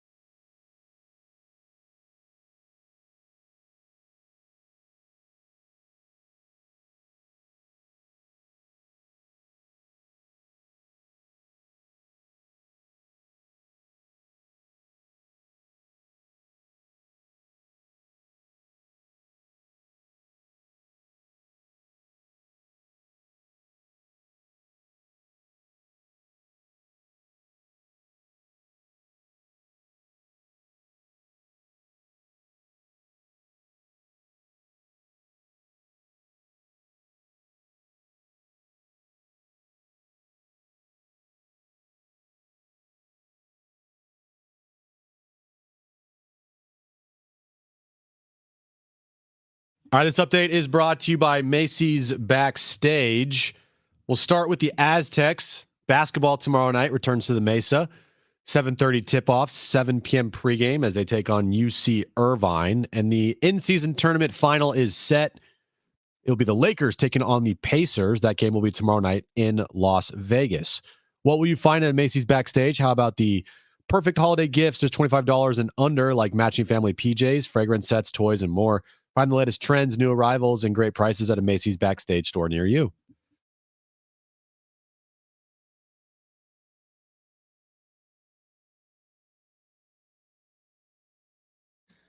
All right, Jon and Jim back with you. Later this hour, your chance to win a 4-pack of tickets to SeaWorld San Diego's Christmas celebration. Be listening for a chance to win those tickets. We'll give them away in about 10 minutes or so. Plus, David J. MadFriars.com. Great resource for Padres fans covering the minor league system. His thoughts on the Juan Soto trade from a return perspective. Michael King, Drew Thorp, others, Higgy. His thoughts. David J. will join us coming up at 5:30. But right now, let's get to this. It's time for The Wrap, presented by Sombrero Mexican Food. Check out their website at sombreromex.com. Do the Aztecs need to go 3-0 in their next 3 games versus UC Irvine, St. Catharines, and Stanford? Yes, they do. I don't know the net rankings for those 3 teams, but I'm assuming they're not great. So you got to win all 3 of those games. The net rankings are good. UC Irvine 67th, which is super scary. Stanford is 204, not as scary, although they've been close. And then St. Catharines is in Division I. So Irvine, I'd say Irvine tomorrow, you know me. I can get anyone scared about any game. Irvine tomorrow is a test. They've beaten USC at the Galen Center this year. They've played a couple of Mountain West teams close this year on the road. They've had a week off to prepare for this game. San Diego State hasn't been fully healthy. Miles Bird with the hip, guys battling flu. So tomorrow's, an important game for San Diego State after losing to Grand Canyon. And how they've played recently. Yeah, I would be scared. I am officially on your side here. I'm a little scared tomorrow night because they didn't look good against UC San Diego. They didn't look great against Grand Canyon. They've had a rebounding issue of late. They've had a secondary scorers issue of late. Reese Waters was not feeling well against UC San Diego, but other than that, you got to get more scoring from Darion Trammell and Lamont Butler and better rebound. I mean, the rebounding issue has been a problem of late. Well, what's interesting is they're plus rebounding on the year. The 2 games they've lost, they were out rebounded, BYU and Grand Canyon. And yes, Reese Waters wasn't just under the weather. He was receiving IVs. Yeah. As was Jay Powell, I want to say, last week against UCSD. Next question. Is it a bigger game for the Cowboys or Jim's Eagles this weekend? No. It's a bigger game for Aaron's Eagles this weekend. It? Yes. If they lose to the Cowboys, then they drop down to, I believe, the wild card. Right, because then the Cowboys have the tiebreaker? Because the Cowboys own the tiebreaker, and they would become the 2 seed if the Niners, and this is all depending if the Niners beat the Seahawks this weekend, then you have a 3-way tie. This is like the Kenny Mayne thing. Yeah, it's a baseball thing. But listen, it's simple. Niners win this weekend. Yes. Cowboys win this weekend. Niners are the 1 seed. Cowboys are the 2 seed. Eagles drop down to the 5. As no winner is determined, a sack race will be held every other Sunday until the winner is determined. So what's the question? So that means it's bigger for the Eagles. That's what I said. But if the Cowboys, doesn't mean that, because if the Cowboys lose, then aren't they also going to be the 5 seed or 6? They would have a 4th loss. They're already the 5 seed right now because they're 9-3. Yeah, but wouldn't their goal be maybe being higher than the 5 seed? What are you talking about? So isn't it just as big of a game for them because they could be the 2 seed?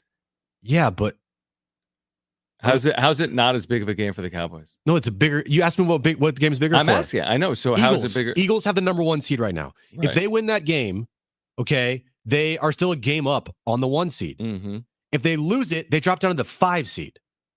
I'll say Cowboys. Here's why. If the Cowboys win the game, they can still be the 1 seed. If they lose the game, they cannot. If the Eagles lose the game, they can still be the 1 seed. If they lose or win the game, they can be the 1 seed. So it's a bigger game for the Cowboys. Next question. Forget your Shohei opinion. Ohtani. The real question: who's going to win the NBA in-season tournament championship tomorrow? I'm going with Tyrese Halliburton and the Pacers. That'd be smart. I agree with you.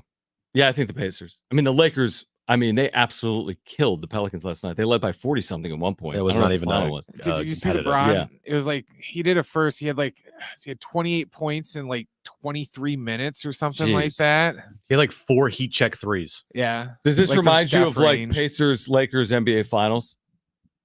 No. It doesn't. This isn't like Reggie Miller, Kobe, Shaq type stuff tomorrow. T-Mobile? No, but Do you think it's going to do a big number? These games had less than 2 million viewers last night. Do you think this will do like a 20 million viewer type thing, like an NBA final game? no? Is that bad for the NBA? I don't know. It's probably good for what they typically are doing right now. The TV ratings might not. The live crowd was pretty good. Oh, yeah, And yeah, the crowds in they had building? outside Yeah. for In the con- TNT and ESPN shows. In were good. comparison, the horrible Patriots Steelers game yeah. Did 10 million did on 10 stream. million on streaming. And the other games did 1.5 million. NBA.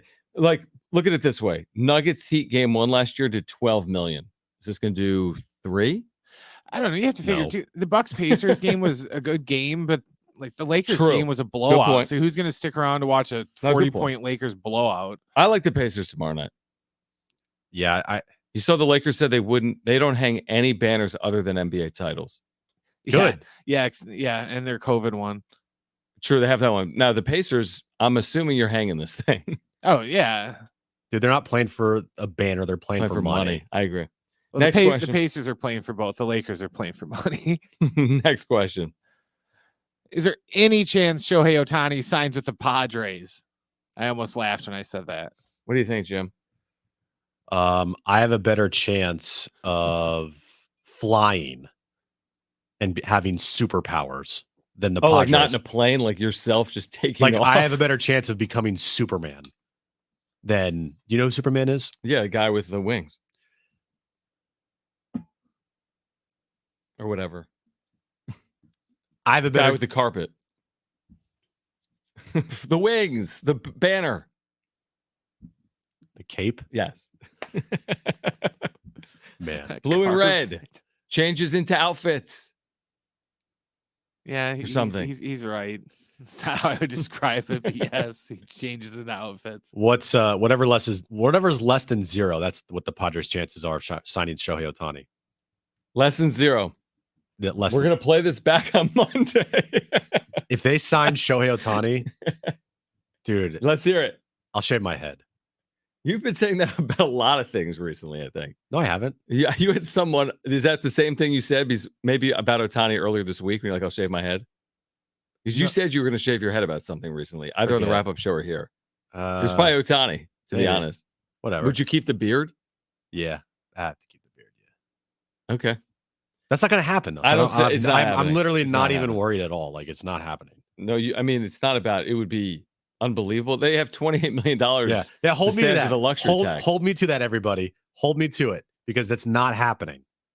Hold them to it. Yeah, 0 Monday, I can't wait to see you come in. bald. 0% chance that's happening. All right, call 0. right now if you want a 4-pack of tickets to SeaWorld San Diego's Christmas celebration. First 2 callers will be our contestants. Great holiday gift. A 4-pack of tickets to SeaWorld San Diego's Christmas celebration, 844-570-1360. Do we also have the Aztecs tickets? We don't because it's Friday and the game's tomorrow. Okay. 844-570-1360. First 2 callers will be our contestants. A free 4-pack of tickets to SeaWorld San Diego's Christmas celebration. A great, great holiday gift idea. David J. from Mad Friars will join us at 5:30. Stay with us.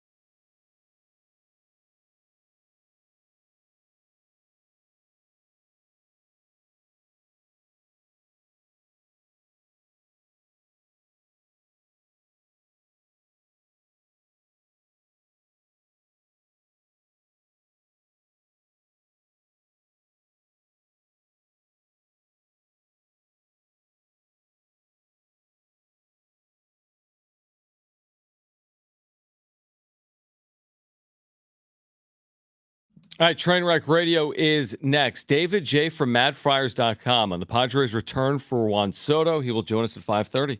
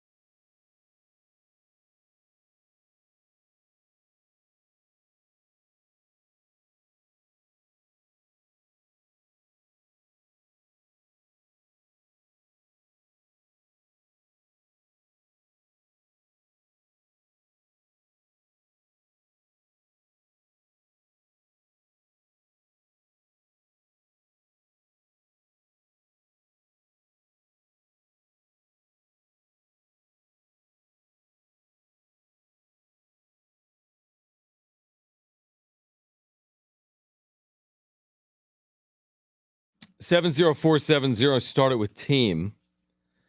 Jim won't like this. 619, you have to have hair to shave your head, Jim. Bum, got me. It just won't Got take him. me. It just won't take him as long as normal people. You know, I did have normal people. normal people. You know, I had a shaved head like all throughout high school. Like I saw you had it like kind of like buzz. it's a buzz cut. It's a buzz Yeah. cut, not a shaved. Like not like a. Was that very? bald. Was it like popular? Like were other kids doing that at the time? I just didn't want to like worry about. I just wanted to wake up Right, as and your late hair was good as to late as go. possible, and then just get out the door. Yeah, it doesn't shock me. No, especially in high school when I had a class at like 8 a.m. Yeah, how did you? Well, it's high even- school. Everyone has a class at 8 a.m. I know. I'm just Good point. My first class was 7:25, 7:35. oh, Yours was 8. What were you on? Like the 8 to 4? I feel like We most started people- at 8. 8. Okay, eight to maybe. 8 to 3 every 8 day. to 3? 8 to 3. All right. How about this? 619 says, but what if they did sign Ohtani? How would you feel? Oh, it'd be the greatest thing in the history of the sport. It would be amazing, It would, especially like- with the Dodgers pursuit. From a Right. Until his first game when he walked 6 guys and it's like trade him. look, And yeah, that's true. Jim would be like, I mean, he was 1 for 4 tonight with a single. I mean- Is that what we're paying for? I mean, a couple of things. Selfishly, to watch Shohei Ohtani every single day would be amazing. And number 2, selfishly, the content that we would my create for gosh. Ohtani would be Would be just incredible. I mean, incredible. I already walked into content with Ohtani related to calling him overrated. Oh, I'd bring that back in a second. Oh, you would bring that back. I would bring that every back second, man. we would have a special sounder to every time Otani did anything. That was such a dumb. it would be take. John Schaefer saying, Oh, this Otani's guy's the most overrated player guy ever. He's the most overrated person I've ever seen in my entire life. Not just freaked baseball out player, but about that. person. As a person, he's overrated. I need to As a find human the being, he's Yahoo overrated. Japan. Is it still up somewhere? It's got to be. I mean, in Japanese, like thousands and thousands of comments comments, were just like ridiculous. ripping John in the nicest way possible. They were so nice. They're like, This the American American sports broadcaster. commentator makes an interesting point, and maybe he understands Major League Baseball better than I do, but I happen to disagree. I'm like, oh, that's very nice. Yeah. Like in I- America, they like Yeah. rip into us. Like, this guy's an effing loser. Exactly. I'll try to find it.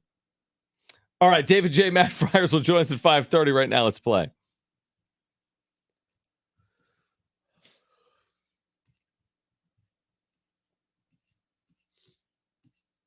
right, 3 questions, 2 contestants, 1 lifeline. Today's 2 contestants are Terry and Bill. Terry, you called in first, so you have your choice of John or Jim. Who do you want to go with? Hey, Jim and John. I'll go with Jim. Okay. Jim. Terry. All right, Bill, you get John, okay? Sounds good. All right. Brent. Terry gets Jim. Gotcha. Bill gets John. Thank you. Brent, what's today's question of the day? All right, guys, we talked about it a little bit in the wrap. The Cowboys host the Eagles on Sunday Night Football this weekend. Today's question: can you name the top 10 receivers in Cowboys history based on receiving yards? So not going by catches or touchdowns. We're going by top 10 receivers in Cowboys history off of receiving yards. All right, so most receiving yards in Cowboys history for wide receivers. Does running back count? I did not say that. Okay, so I just yards. said most receiving yards. Okay. All right. So who's up? Bill, you're up first. What is your first guess? You do have a lifeline if you choose to use it. Let's see. I'm going to say Preston Pearson. Drew Pearson? I mean, Drew Pearson. Sorry. Yeah. Drew Pearson. I don't know. I knew what he was going with. Drew Pearson. Yep. Okay. On the list. Terry, you're up next. What is your first guess? You do have a lifeline if you choose to use it. I know one. I got one. Jason Witten. Jason Yeah. Witten. There you go. There's There the we go. non-wide receiver on the list. Bill, you're up next. What is your second guess? You do have a lifeline if you want to use it. Brian. Brian, do you have a first name? Oh, jeez. No, I do not. I'm sorry. Do you want to use a lifeline here to help you out? Yeah, I'll use the lifeline then. Yes. Oh, I'm sorry. Des Bryant. Des Bryant. Bryant. Okay. There you go. Well done. Okay, so lifeline's still intact. Terry, you're up next. What is your second guess? You do have a lifeline if you want to use it. I'll do Tony Hill, I think. Tony Hill. Tony Hill. So we're going back a little bit here. All right. Bill, final guess. You do have a lifeline. What do you got? Let's use that lifeline. Is me? That's you. Michael Irvin. Michael Irvin. You take that. Yes. All right. Terry, final guess to send this thing to overtime. What do you got? You do have your lifeline if you want to use it. Let's go with CD Lamb. CeeDee Lamb on top the 10. list. Wow. Wow. Okay. I was going to say my lifeline would have been Terrell Owens. And you would have been wrong. Wow. Yeah, because he just good wasn't there long job, enough. Terry. He's Never 13th. not listening to me. Okay, so now we're going to overtime. Brent, give us the rules and the question. All right, the way overtime works is I'm going to ask you guys a question. When I am done asking the question, you're going to yell out the name of your teammate today, either John or Jim. Don't yell out the answer. Whoever yells out the name of their teammate first, you're going to win the game by getting the question right, or you're going to lose by getting the question wrong. You guys got it? Yeah. Yep. All right, today's overtime question. Where is this weekend's Cowboys-Eagles game? John. I heard John. All right, Bill, what do you got? In Dallas. That is correct. Boom. Team John, Bill, victorious in overtime with a win. Congrats, Bill. Bill, well done. Yeah. All right, so who's on this list that we missed? Well, Jason Witten's number 1, Irvin's 2, Tony Hill's 3, Drew Pearson's 4, Dez is 5, Bob Hayes is 6. Oh, they had a great Bob Hayes. Bob Hayes. Hey, he's way before our time. Frank Clark, another guy from the 60s, CeeDee Lamb, Miles Austin, and then Amari Cooper. Wow. Okay. Over T.O. in terms of yardage in a Cowboys uniform. T.O. was 13th. Wow. Interesting. All right, congratulations, Bill. You've won that 4-pack of tickets where the wonders of the sea meet the joy of Christmas at SeaWorld San Diego's Christmas celebration. From underwater discoveries to San Diego's largest Christmas tree, the Sky Tower Tree of Lights. Experience thrilling rides to Mrs. Claus's Christmas parade, real reindeer and photos of Santa. Taste heartwarming traditions and sing along to a stocking full of soul featuring America's Got Talent finalist Brian Cheatham. It's a holiday celebration filled with wondrous moments only at SeaWorld San Diego through January 7th. Shohei Ohtani watch continues on the other side. What is the latest? Plus, David J. MattFryers.com on the Padres' return from the Yankees for Juan Soto. He will join us at 5:30. It's hour 3 of John and Jim, and it's next.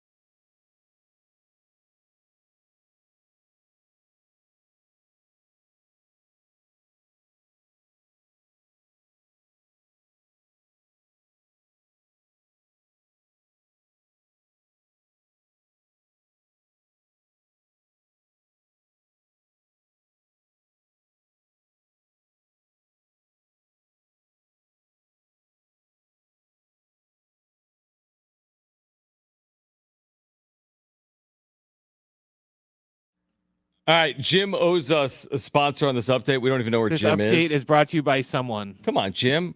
Clean it up. Tomorrow night, San Diego State, UC Irvine, Viejas Arena, 7:30. Pre-game coverage is going to begin at 6:30 p.m. I mean, where were you?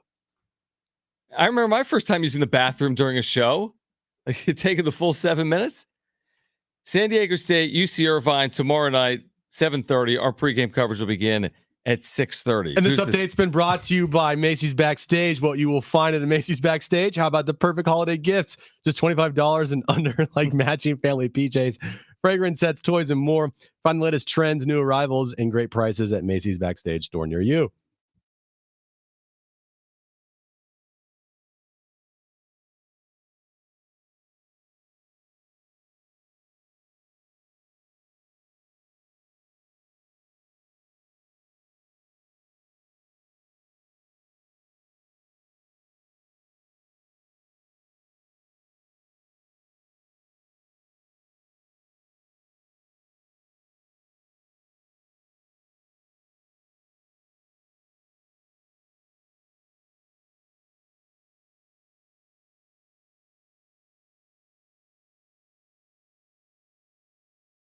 Myriad.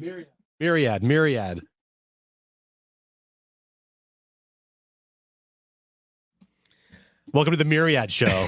San Diego, Southern California. What's going on? It's hour 3 of John and Jim. He has made it for this final hour of the show. What have I just left? You were trying to explain to me what went wrong. You're like, my phone, I couldn't get reception or something. So is it because in our building you're saying?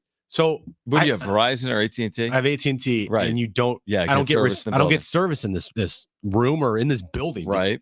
So I have to go to the like the hallway, hallways, or the break room, okay, or the performance studio. Is this to send out a text? You're saying?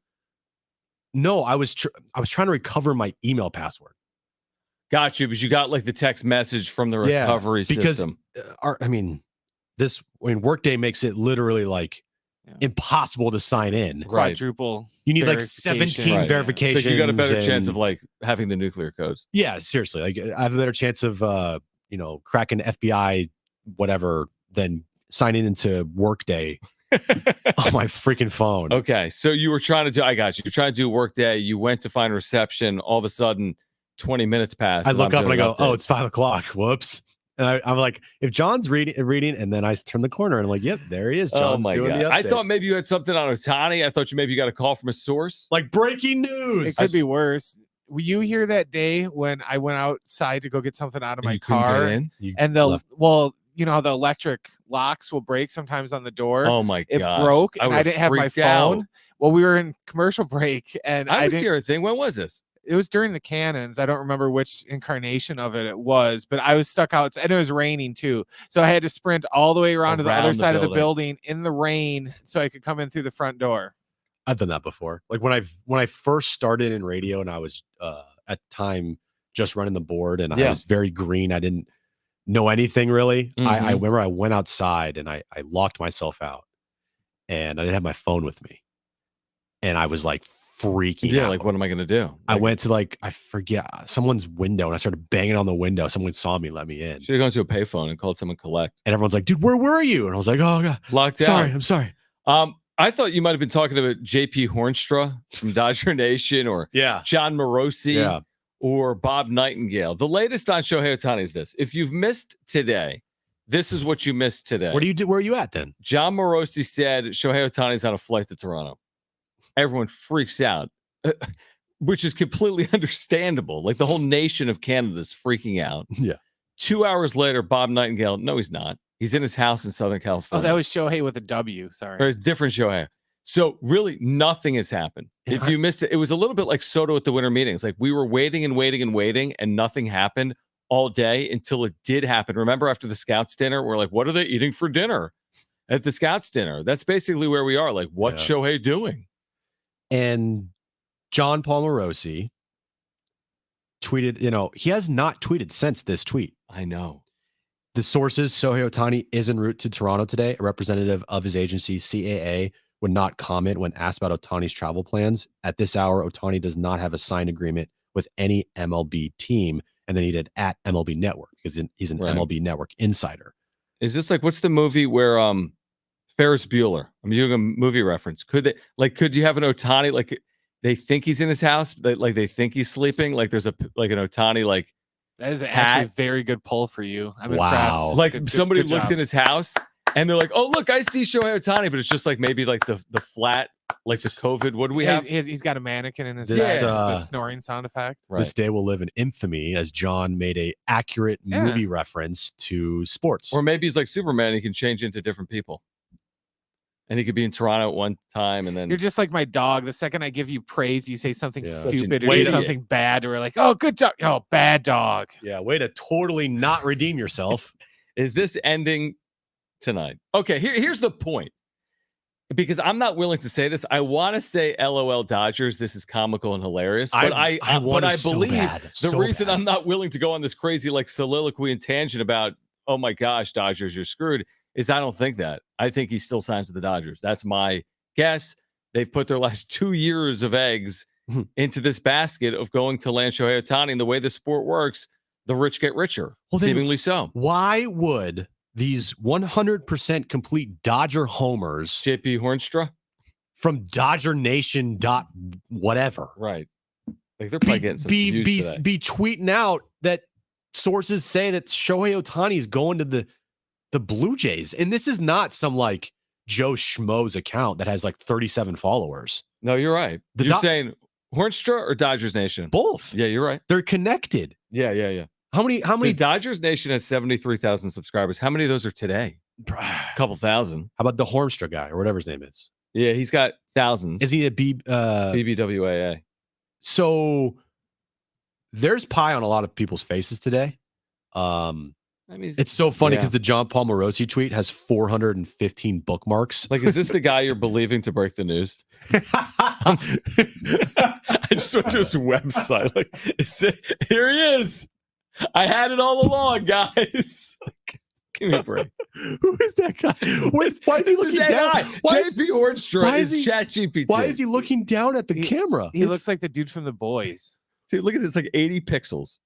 He's like, he's probably listening. His website, dude, his website has a link for travel writing. What? Yeah, believe him. And here's his awards. In 2016, top 10 finish for breaking news in the 175,000 over circulation category. I don't think he's going to finish any top or one of the You top sound 10 like you're anymore. reading like swimming results. Hold on. The 2020 first place. The 200-meter butterfly, he placed 13. 2020 first place in the LA Press Club's Life in the Time of the Coronavirus Essay Contest. That's specific. Read my entry here. No. Look at my essay on coronavirus. No, I'm not reading your essay. That's the last thing I'm doing. I watch your Shohei Ohtani news. He had it, though. He says the Blue Jays. Do you think he's going to win an award for this? Dude. I don't know what's happening. Anyway, the point is, if you are writing this, Jim, if we're going to go on the wrap-up show or John and Jim, and you know us, we're not in the business of breaking news, and this is why. We're not going to go on the wrap-up show and be like Ohtani to the Padres and put that on social media and be wrong. Like, you've ruined your career. Yeah, you really have. You 100% have. Right? I mean, nobody's ever going to take that coronavirus essay award away from you. Nobody can ever take that away. Do you think he has it like on his refrigerator? Like one of Jones's pictures he drew at school? He's like, look at this, Mom. I won the coronavirus essay award. Would you have an awards tab on your website if you've got two and one is from 2016 and the other's from 2020? That's a serious question. I guess if that's the only two things I've ever won. Oh my gosh, dude. What the hell, man? Where were we? So Hornstra, I was never going to like base the whole day on Hornstra news. But when Morosi tweeted about it, we were willing to say, oh, wow, there's some legs here. Shohei Ohtani's on his way to Toronto. Now, does that mean it's official? But I mean, that was a pretty big deal. Yeah, we're going to believe Jeff Passan whenever he tweets, or the guy that had won an award for a coronavirus essay in 2021. Right, exactly.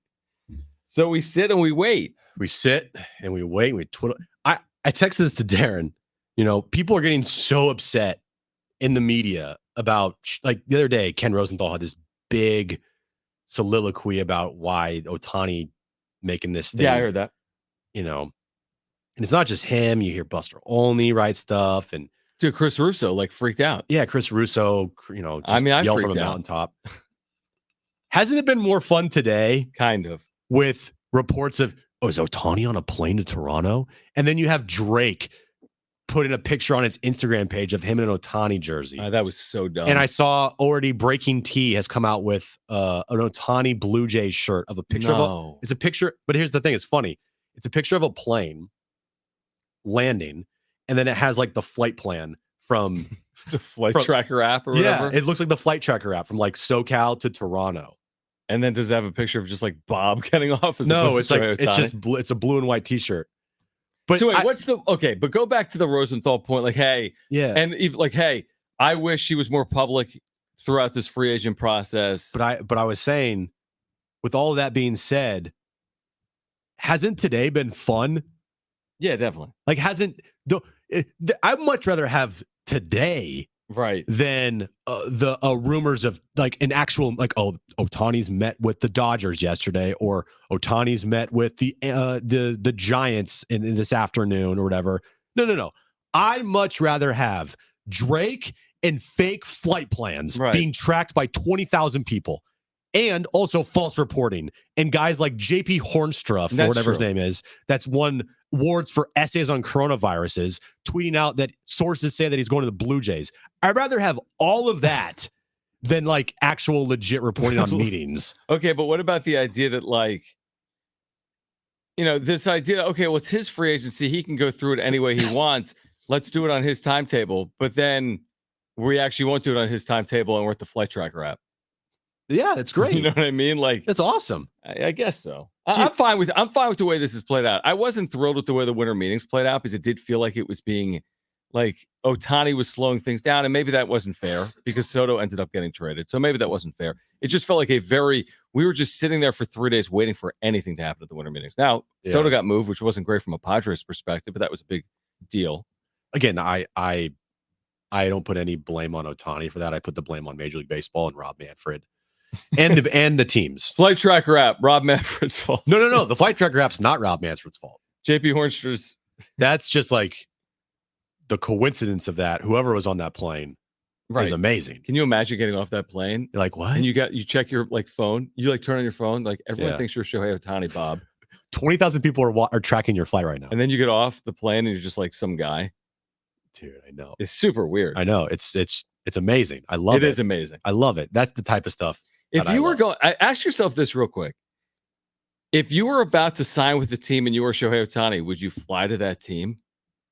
Here's my thinking process of it. When this flight was en route to Toronto, and there was no update about Ohtani picking the Blue Jays. It was like he has not picked the team yet. My thinking was, because I think Shohei is a respectful human being and just like his culture alone. Okay. That maybe he was like, my thinking was maybe he's going to Toronto to tell the Blue Jays face to face he's not picking them. Dude. But then it'd be like the Blue Jays would say, you know what? You could have just done this over a phone call. Yeah. Are you kidding? Like, I'm going to look that up. LA to Toronto it'd be flight stupid. time. It'd be stupid. I know. I mean, trust me. I know. I get your point. It's stupid. It's 5 hours. I know it's dumb. But at the same time, I mean, if you have a private jet, Taylor Swift goes from like France to Travis Kelce's house every night. Yeah, not to say, hey, Travis, we're breaking up, although maybe that would be a good way to do it as opposed to over Zoom. Yeah, but still, I mean, the flight from there and back on a private jet isn't like the worst thing in the world. You're not flying commercial on Spirit Airlines. I mean, it would be admirable, but to spend 10 hours of your day, 5 there, 5 back, to be like, thanks, but no thanks. Hey, talking Friars, I know you're watching right now. There you go, buddy. Right there. Right in the kisser. Oh, man. No, I figured if he was actually on the plane, he's clearly a Blue Jay. Batten. But now he was in Dunedin, which is their spring training site, last week. But he was also in LA last week meeting with the Dodgers because Dave Roberts spilled the beans. Look what's happened with just one simple flight from Southern California to Toronto. The possibilities are endless. They are endless. I love it. They are endless. I love it. Just randomness everywhere. Here's the deal. The Blue Jays are a finalist for Shohei Ohtani. Why? Because he's been in Dunedin. Yeah. He's Why would you go to Dunedin, Florida? He's met with them. I mean, you're not going to Dunedin. If you've ever been to Dunedin, you're not going there unless you're going to the Blue Jays. So he's been to Dunedin. He's met with the Dodgers at Dodger Stadium. Didn't he reportedly meet with other teams? Is there any other Giants? Right? Didn't Susan, whatever her name is, report that they may have met with Ohtani? No, she was pointing Yamamoto. Okay. That there's So are the only two teams that we know are kind of like in right now, the Blue Jays and the Dodgers, or is there a mystery team? I wouldn't put it past the mystery team. And is that mystery team down the street? The Padres. Now, we don't have it, but when Darren asked Preller today about Shohei, and then he wouldn't. He's like, just like, it's funny. Oh yeah, are you following the flight tracker app? So he did talk about that. Preller said Ohtani's name. Yeah, and then Darren's like, "Wow, you actually said his name." Right. Like, what are we treating this guy like he's Voldemort? Like we can't say his name? No, I'm with you. But then when he kind of like followed up on it, he was like, do you know who Brent's gonna play. Do you haven't heard. Do you know who Voldemort is? What? Do you know who Voldemort is? Titans running back? No, I have no idea. It was Voldemort. I think I started him week 3 against the Jets. And he did nothing. What's your point on Voldemort? Voldemort. I don't know. Because in the movies, in the book, they're like, "Oh, we can't say his name. Don't say his name." This is way over my head. I know it's way over here. You're not understanding the thing. If you miss, here's the thing. I'd be shocked if it's not the Dodgers. I hate saying that. I know. But it's how I feel. Yep. Yeah. Okay. I have no sources telling me that. I've just followed this ridiculous saga over the last year and a half. And the saga leads me to Dodger Stadium, unfortunately. If it happened to take Ohtani to Toronto, I'd be the happiest guy. I mean, other than him coming to San Diego. The San Diego thing, unfortunately, all the indicators are like, how? Because of the freeing up money on Soto and disappointing in 2023. And then, sadly, the untimely passing of Peter Seidler. And now you got an equity team in place and you freed up payroll and you got debt issues. I mean, I'd love to see the Padres as the mystery team, but I'm just not going to sell something that I don't fully believe in. I desperately, I don't care where Ohtani goes, just as long as not the Dodgers, because I want to run with that narrative that Dave Roberts ruined this whole thing. That would be amazing. I want it to happen so bad. So bad. And that, not just, I mean, here's the thing. The Dodgers were clearly upset with Roberts. Because they were literally like scolding him after he spoke on Ohtani. Yeah. Whenever it was, Tuesday or Wednesday. It was amazing. Tuesday of this week. Oh man, it was amazing. Okay, so by the way, AJ Preller with Darren Smith. If you missed the conversation, sportssd.com, also on the iHeartRadio app. What Jim is referencing, we're going to play for you coming up in a moment. Brent's collecting the sound right now, which was AJ Preller essentially on Shohei Ohtani. Here it is, the back and forth between Darren and Padres GM AJ Preller. Are you familiar with the Flight Radar app? I'm not, no. Not? You haven't been tracking private planes today? No, I have not seen the Shohei Ohtani updates or the track or anything like that. So just kind of following it from afar. Wow. I'm very impressed that you're even allowed to say his name.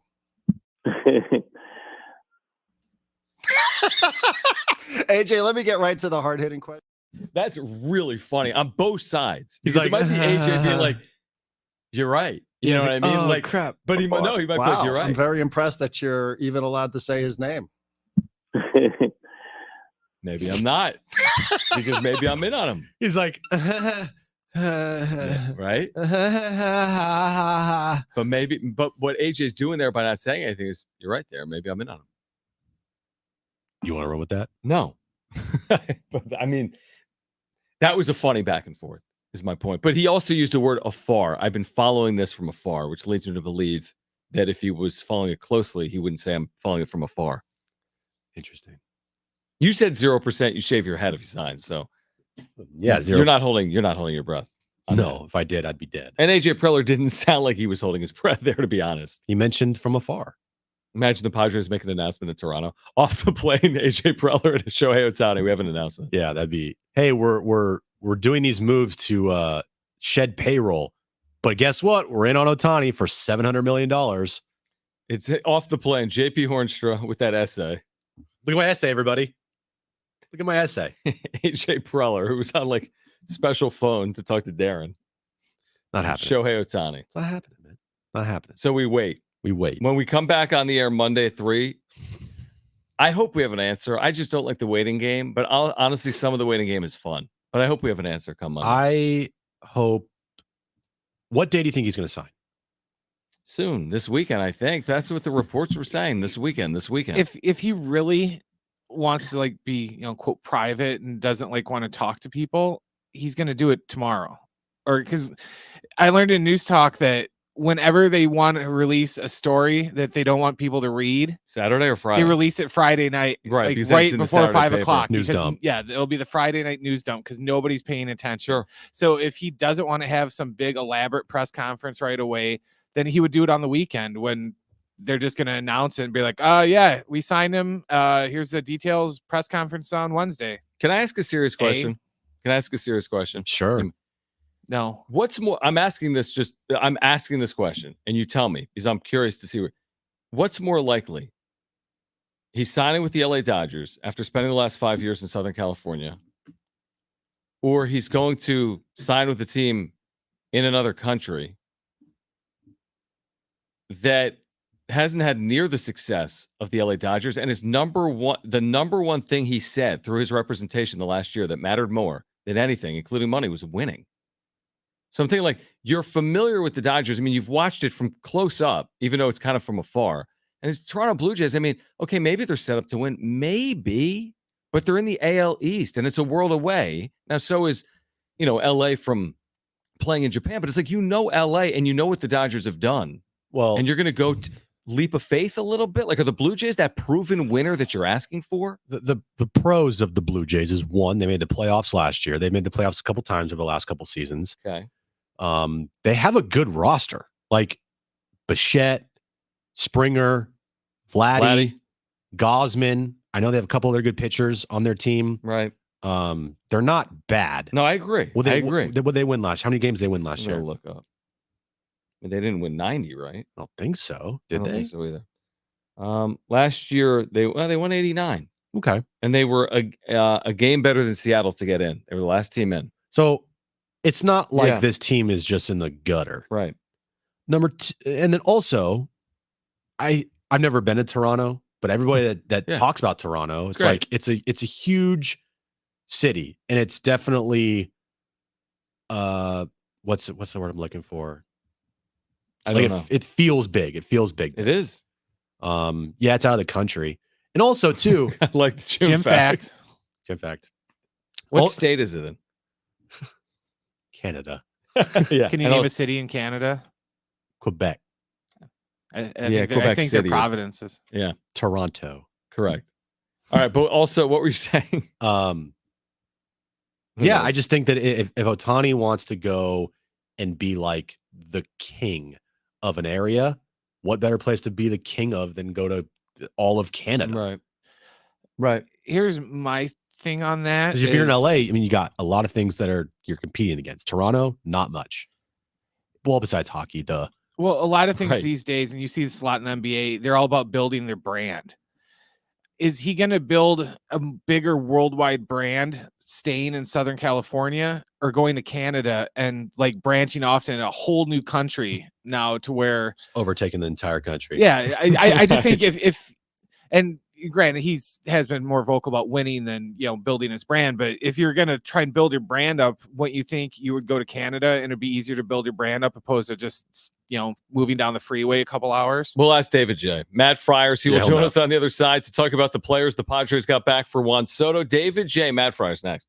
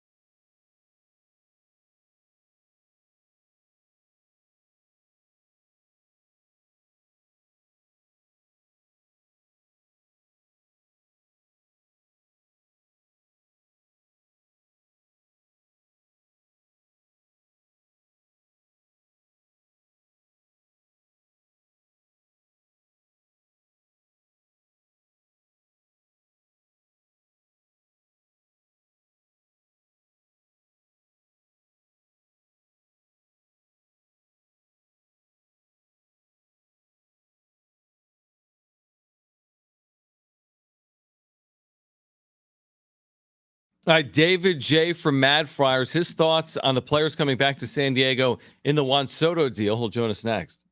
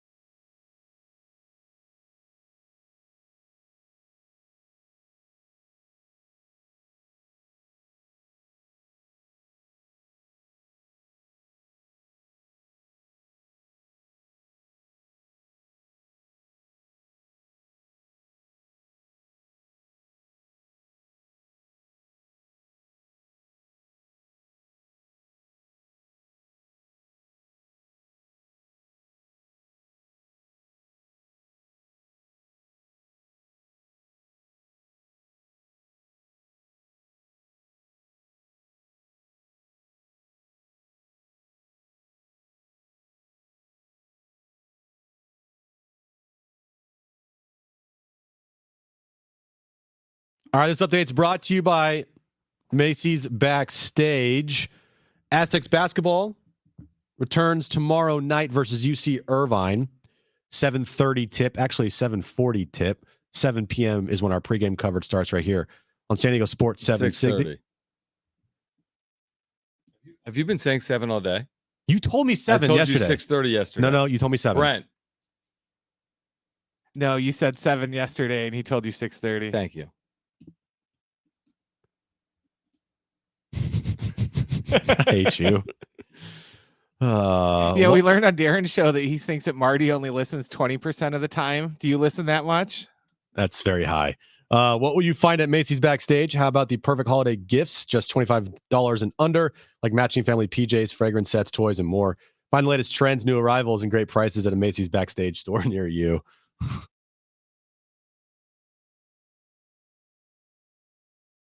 All right, David J, madfriars.com. Let's segue here. Spent a lot of time talking about where is Shohei Ohtani. Let's talk about the return that the Padres got for Juan Soto. That trade, of course, made official with the Yankees. A myriad of players coming back to San Diego. David, we always appreciate your time and your insight and your perspective. Mad Friars is such a good resource, as I always say, for Padres fans. So let's just start with your overall reaction to what the Padres got back for Soto and Grisham. Yeah, hey, it's good to talk to you guys. Great I appreciate you pulling yourselves away from Flight Tracker for. Yeah. When you look at what they got back was the chance to actually have a pitching staff that can pitch in the big leagues in 2024, which they weren't going to have otherwise. So, for all the complaints that have been out there this week about, how can you give up, not to name names or anything, Tim, but, how can you give up, a generational talent? You might recall that 8, 9, 10 months ago, as they were in the middle of Extension Fest 2024, I said to you guys, it's really hard to figure out how they think they can actually field a competitive team beyond this year. And the answer is they couldn't. And so, so given the situation they were in, I think they did pretty well for themselves, right? They came a week ago today, they had to figure out how to get 600 big league innings between now and opening day in Korea. And out of that trade, they have probably on the order of 375 to 400 of them, and now money to go out and get another starter and fill those 2 outfield spots. So of the players coming back, who do you think the Padres fans should be most excited about? Well, it doesn't take a lot to answer that question because they've said it multiple times. It's King. What they see in King is a guy who can step in as a number 3 starter and is through arbitration going to get $2 million next year. And there is no other way to get that sort of production at that price if you don't have somebody ready to come out of your minor league system, and going into the 2024 season they don't. So they got that, and then the other 2 arms who made their debuts this last year, both of them, it was interesting. I saw Longenhagen made the comment that Brito roughly fills the role that Lugo did, and or I forget how that he had Brito as Lugo and taking the Nick Martinez role. So, if you look at that and you've given yourself 3 guys who are going to make starts this year. And then, on the prospect side, Drew Thorp, who is in that bucket with the next wave of pitching talent that the Padres do already have coming, who you figure now you've got a couple of those guys are going to be in position to be making some starts in the second half of the 2024 season, right? You didn't want to be in the place of saying, oh my God, the only way we're going to make this work is if we can get Robbie Snelling to the big leagues by July 1st, or, if we just, we push Javier Uriarte and don't worry about his command. So they've given themselves the flexibility, and now they've got, when you look at the CBT number, which is, I think, way more of an important number than the actual salary number for 2024, they've got somewhere on the order of $32 million to work with. David J. MadFriars.com is with us. Would you suspect, because this has been brought up a little bit, we had a caller call in on this as well. Would you suspect they, in terms of catching next year, it's Campusano and Higashioka? I may or may not be saying that right. Is that the complement of catchers, or could they still be looking for a backup catcher, DH type like Gary Sanchez? I mean, you just saw the Astros spend 2 years and $14 total million for Victor Caratini as a backup catcher. They're not wasting the little bit of money that they have on a backup catcher in the free agent market. Yeah, I agree there. I just am worried about the health of Campusano and how his body holds up throughout an entire season, because he hasn't done it before. But I agree there, like that this is probably what we're going to see from the catcher spot next year. David, as far as Michael King goes, what type of stuff like does he have? Like, is it front end type of stuff? And could you see him projected to be a frontline starter, or do you think he's fits in right in the middle of a rotation just fine? Well, I think the interesting thing about him is just the way he has been such a late bloomer, right? He's a guy who, one of the pieces that I think often gets underlooked or undervalued as pitchers are coming through the system, right, is like how much flexibility do you have in that window when they've got options to be able to work them in the bullpen, in the starting rotation, and sort of give them the chance to further develop at the big league level. And he's a guy who you look at it, and he really, when he hit the big leagues, he profiled more as a relief arm. But the Yankees have been so good about adding that sweeper for a variety of guys. He's one who, as they did it, it really worked for him and became a real weapon to pair with the fastball at the top of the zone. And so, he's now a guy who's, pretty clearly a guy you're comfortable giving the ball. Like, if the question is, would you feel comfortable giving him the ball if you're in a playoff series in 2024? The answer is yes. And that's what they need. Do you have any thoughts on the possibility of the fit of Jung-Hoo Lee now that the Padres are looking for outfielders? The Korean 25-year-old center fielder. Any thoughts on Jung-Hoo Lee and how he would fit or not fit? Well, there are a couple of things going for him, right? He's left-handed. He's clearly a center field defender. He's not gonna, he's even if he gets double the contract that Kim did when he came over a few years ago, you're talking about an average value of $10 to $12 million a year, which makes it viable for a team that has, low $30 million to spend. So, in terms of can he fit onto the roster? Yeah. And, they're in a place now because of the pitching depth that they've sort of built up there at that AA level that, if you want to go out and try and get a outfielder via trade who's still pre-arb or early arbitration, you can go that route now. So I think, he's certainly a guy that makes a lot of sense. There's a reason that they've been tied to him since, before this season started. And it gives them a little bit more, he's certainly, I would guess, right at the top of the list. Where does Drew Thorp fit into this Padres minor league system, and how soon before we potentially see Drew Thorp at the big debut in 2024? When you look at John got his list, Connor got his list out first among each of us. The way we do it on the site is each of us do our top 30, and then we do a collective top 20 that'll be out for everybody, in the new year. The top four, Merrill, Salas, Lesko, Snelling, in whatever order you want them, are clearly the top four in the organization. To me, Thorpe slides into that group with Mazur and Uriarte in the second half of the top 10. I think Thorpe has some areas that he compares a little bit more to Snelling, and some where he compares a little bit more to Mazur. And the one thing, you look at him, he was a second round pick. He actually was the Yankees pick in the same round that the Padres took Mazur in 2022. He's kind of the profile of the pitchers that Cleveland was really, really good at for a long time with Ruben Niebla in the pitching development program, right? A college guy with feel who everybody says there should be more velocity in there.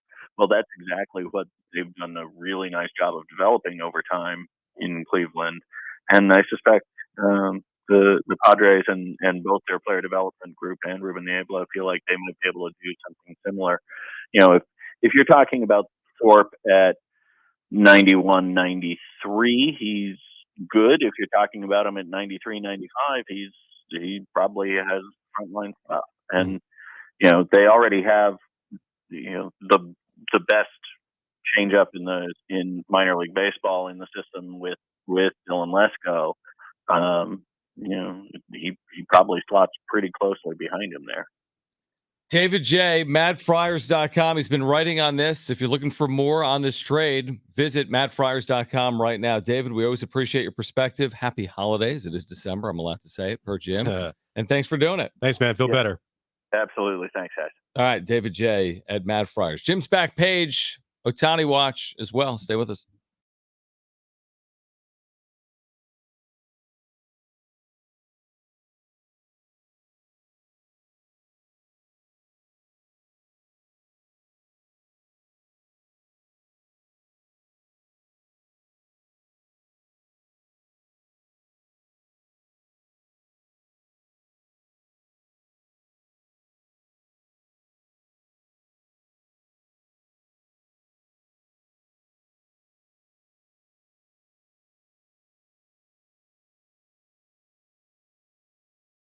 All right, you might know this. San Diego isn't cheap to live in, and with the year almost over, you might need cash for the holidays. Maybe you want to be credit card debt-free for the new year. You can call Loan Pronto today because their Express Equity line of credit can get you $20,000, $50,000, $100,000 or more in as little as 5 days. You've got a ton of equity in your home. Loan Pronto can help you turn that equity into cash. You can access up to 95% of your home's value. Use the money to pay off credit cards, personal loans, maybe start a home improvement project, you can get the money you need now and still keep your primary mortgage intact. So that 3% rate you have is protected. And with Loan Pronto's Express Equity Line Program, 90% of the time, there's no need for an appraisal. So you can get your money super fast, get that holiday cash you need, or pay off all those credit cards before the year ends. Get yourself on solid financial footing before the year is over.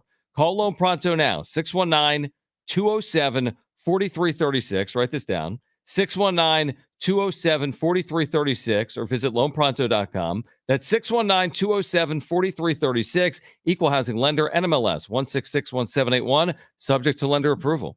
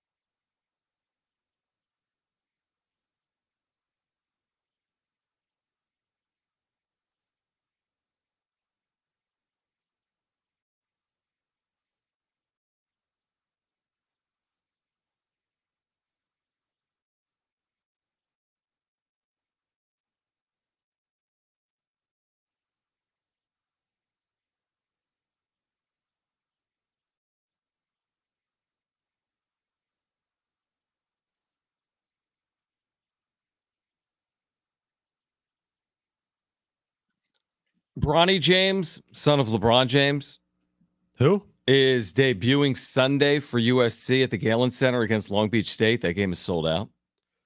Shocker. LeBron James will be there because he said he would miss a game to be the Suns' debut. Do they play Sunday or not? No, I don't think they go straight from the championship of the play-in tournament to the bounce back. I think they probably have a day off, right? So yeah, there you go. I don't know. I would highly There's no doubt way it. they go back to back. No, right? They do not play again until Till Tuesday in Oh, Dallas, so he will be there. He'll be there. He'll probably be sitting front row. What's your Remember though, originally he was going to miss a game because they must have pushed his debut up or back. He said he would miss a game if his debut conflicted. All right, predict the line for Bronny? Yeah, like is he a starter or not? I would assume off the bench. That's my assumption. True freshman hasn't appeared all year. That'd be my guess. I'll say 15 minutes, 6 points, 2 rebounds, 2 assists. I have 9 points, 3 assists. 7 points. Big debut. 11 minutes. And you know that the highlights on SportsCenter will only be of Bronny James from that game. Probably true. I wouldn't be surprised if they air the game, honestly. Yeah, ESPN does true. air high school No, games now. no, it's actually on the Pac-12 network Sunday. High school games. He's playing for USC, Brent. Oh, I forgot. Yeah, it's on the Pac-12 network. Oh, it is? Okay. Yeah. So I'm sure the world will be watching. Yeah. All right, let's get to it.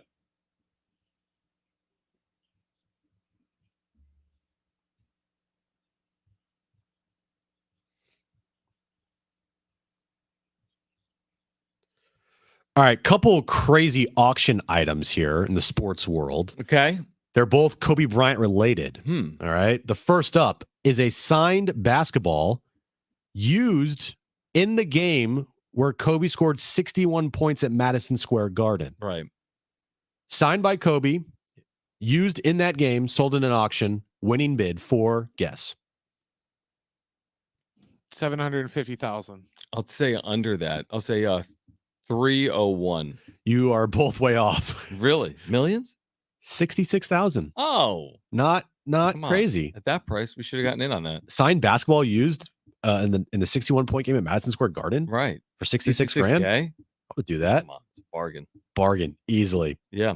And the other Kobe Bryant memorabilia item that sold today was Kobe Bryant's last Lakers road uniform and sneakers. So his last road Lakers uniform and his sneakers that he wore that night was sold in an auction for guess how much? This is like every 200,000. 150. 486,000. Oh, so people love the uniforms, not the basketball as much. Okay. Yeah, apparently not. Wow, that's a lot of money. I lied. I have one more auction item for you. Oh, great. This one's kind of crazy. Winning bid for the 1914 Baltimore News Babe Ruth like baseball card. So like in newspapers, they put They like sold cards or had cards in there? they had cards in them. You'd cut it out of Oh, newspaper. interesting. 1914 Baltimore Sun card? It's a Babe Ruth pitcher card. It's like a baseball Wow. card. Babe Ruth pitcher. All right.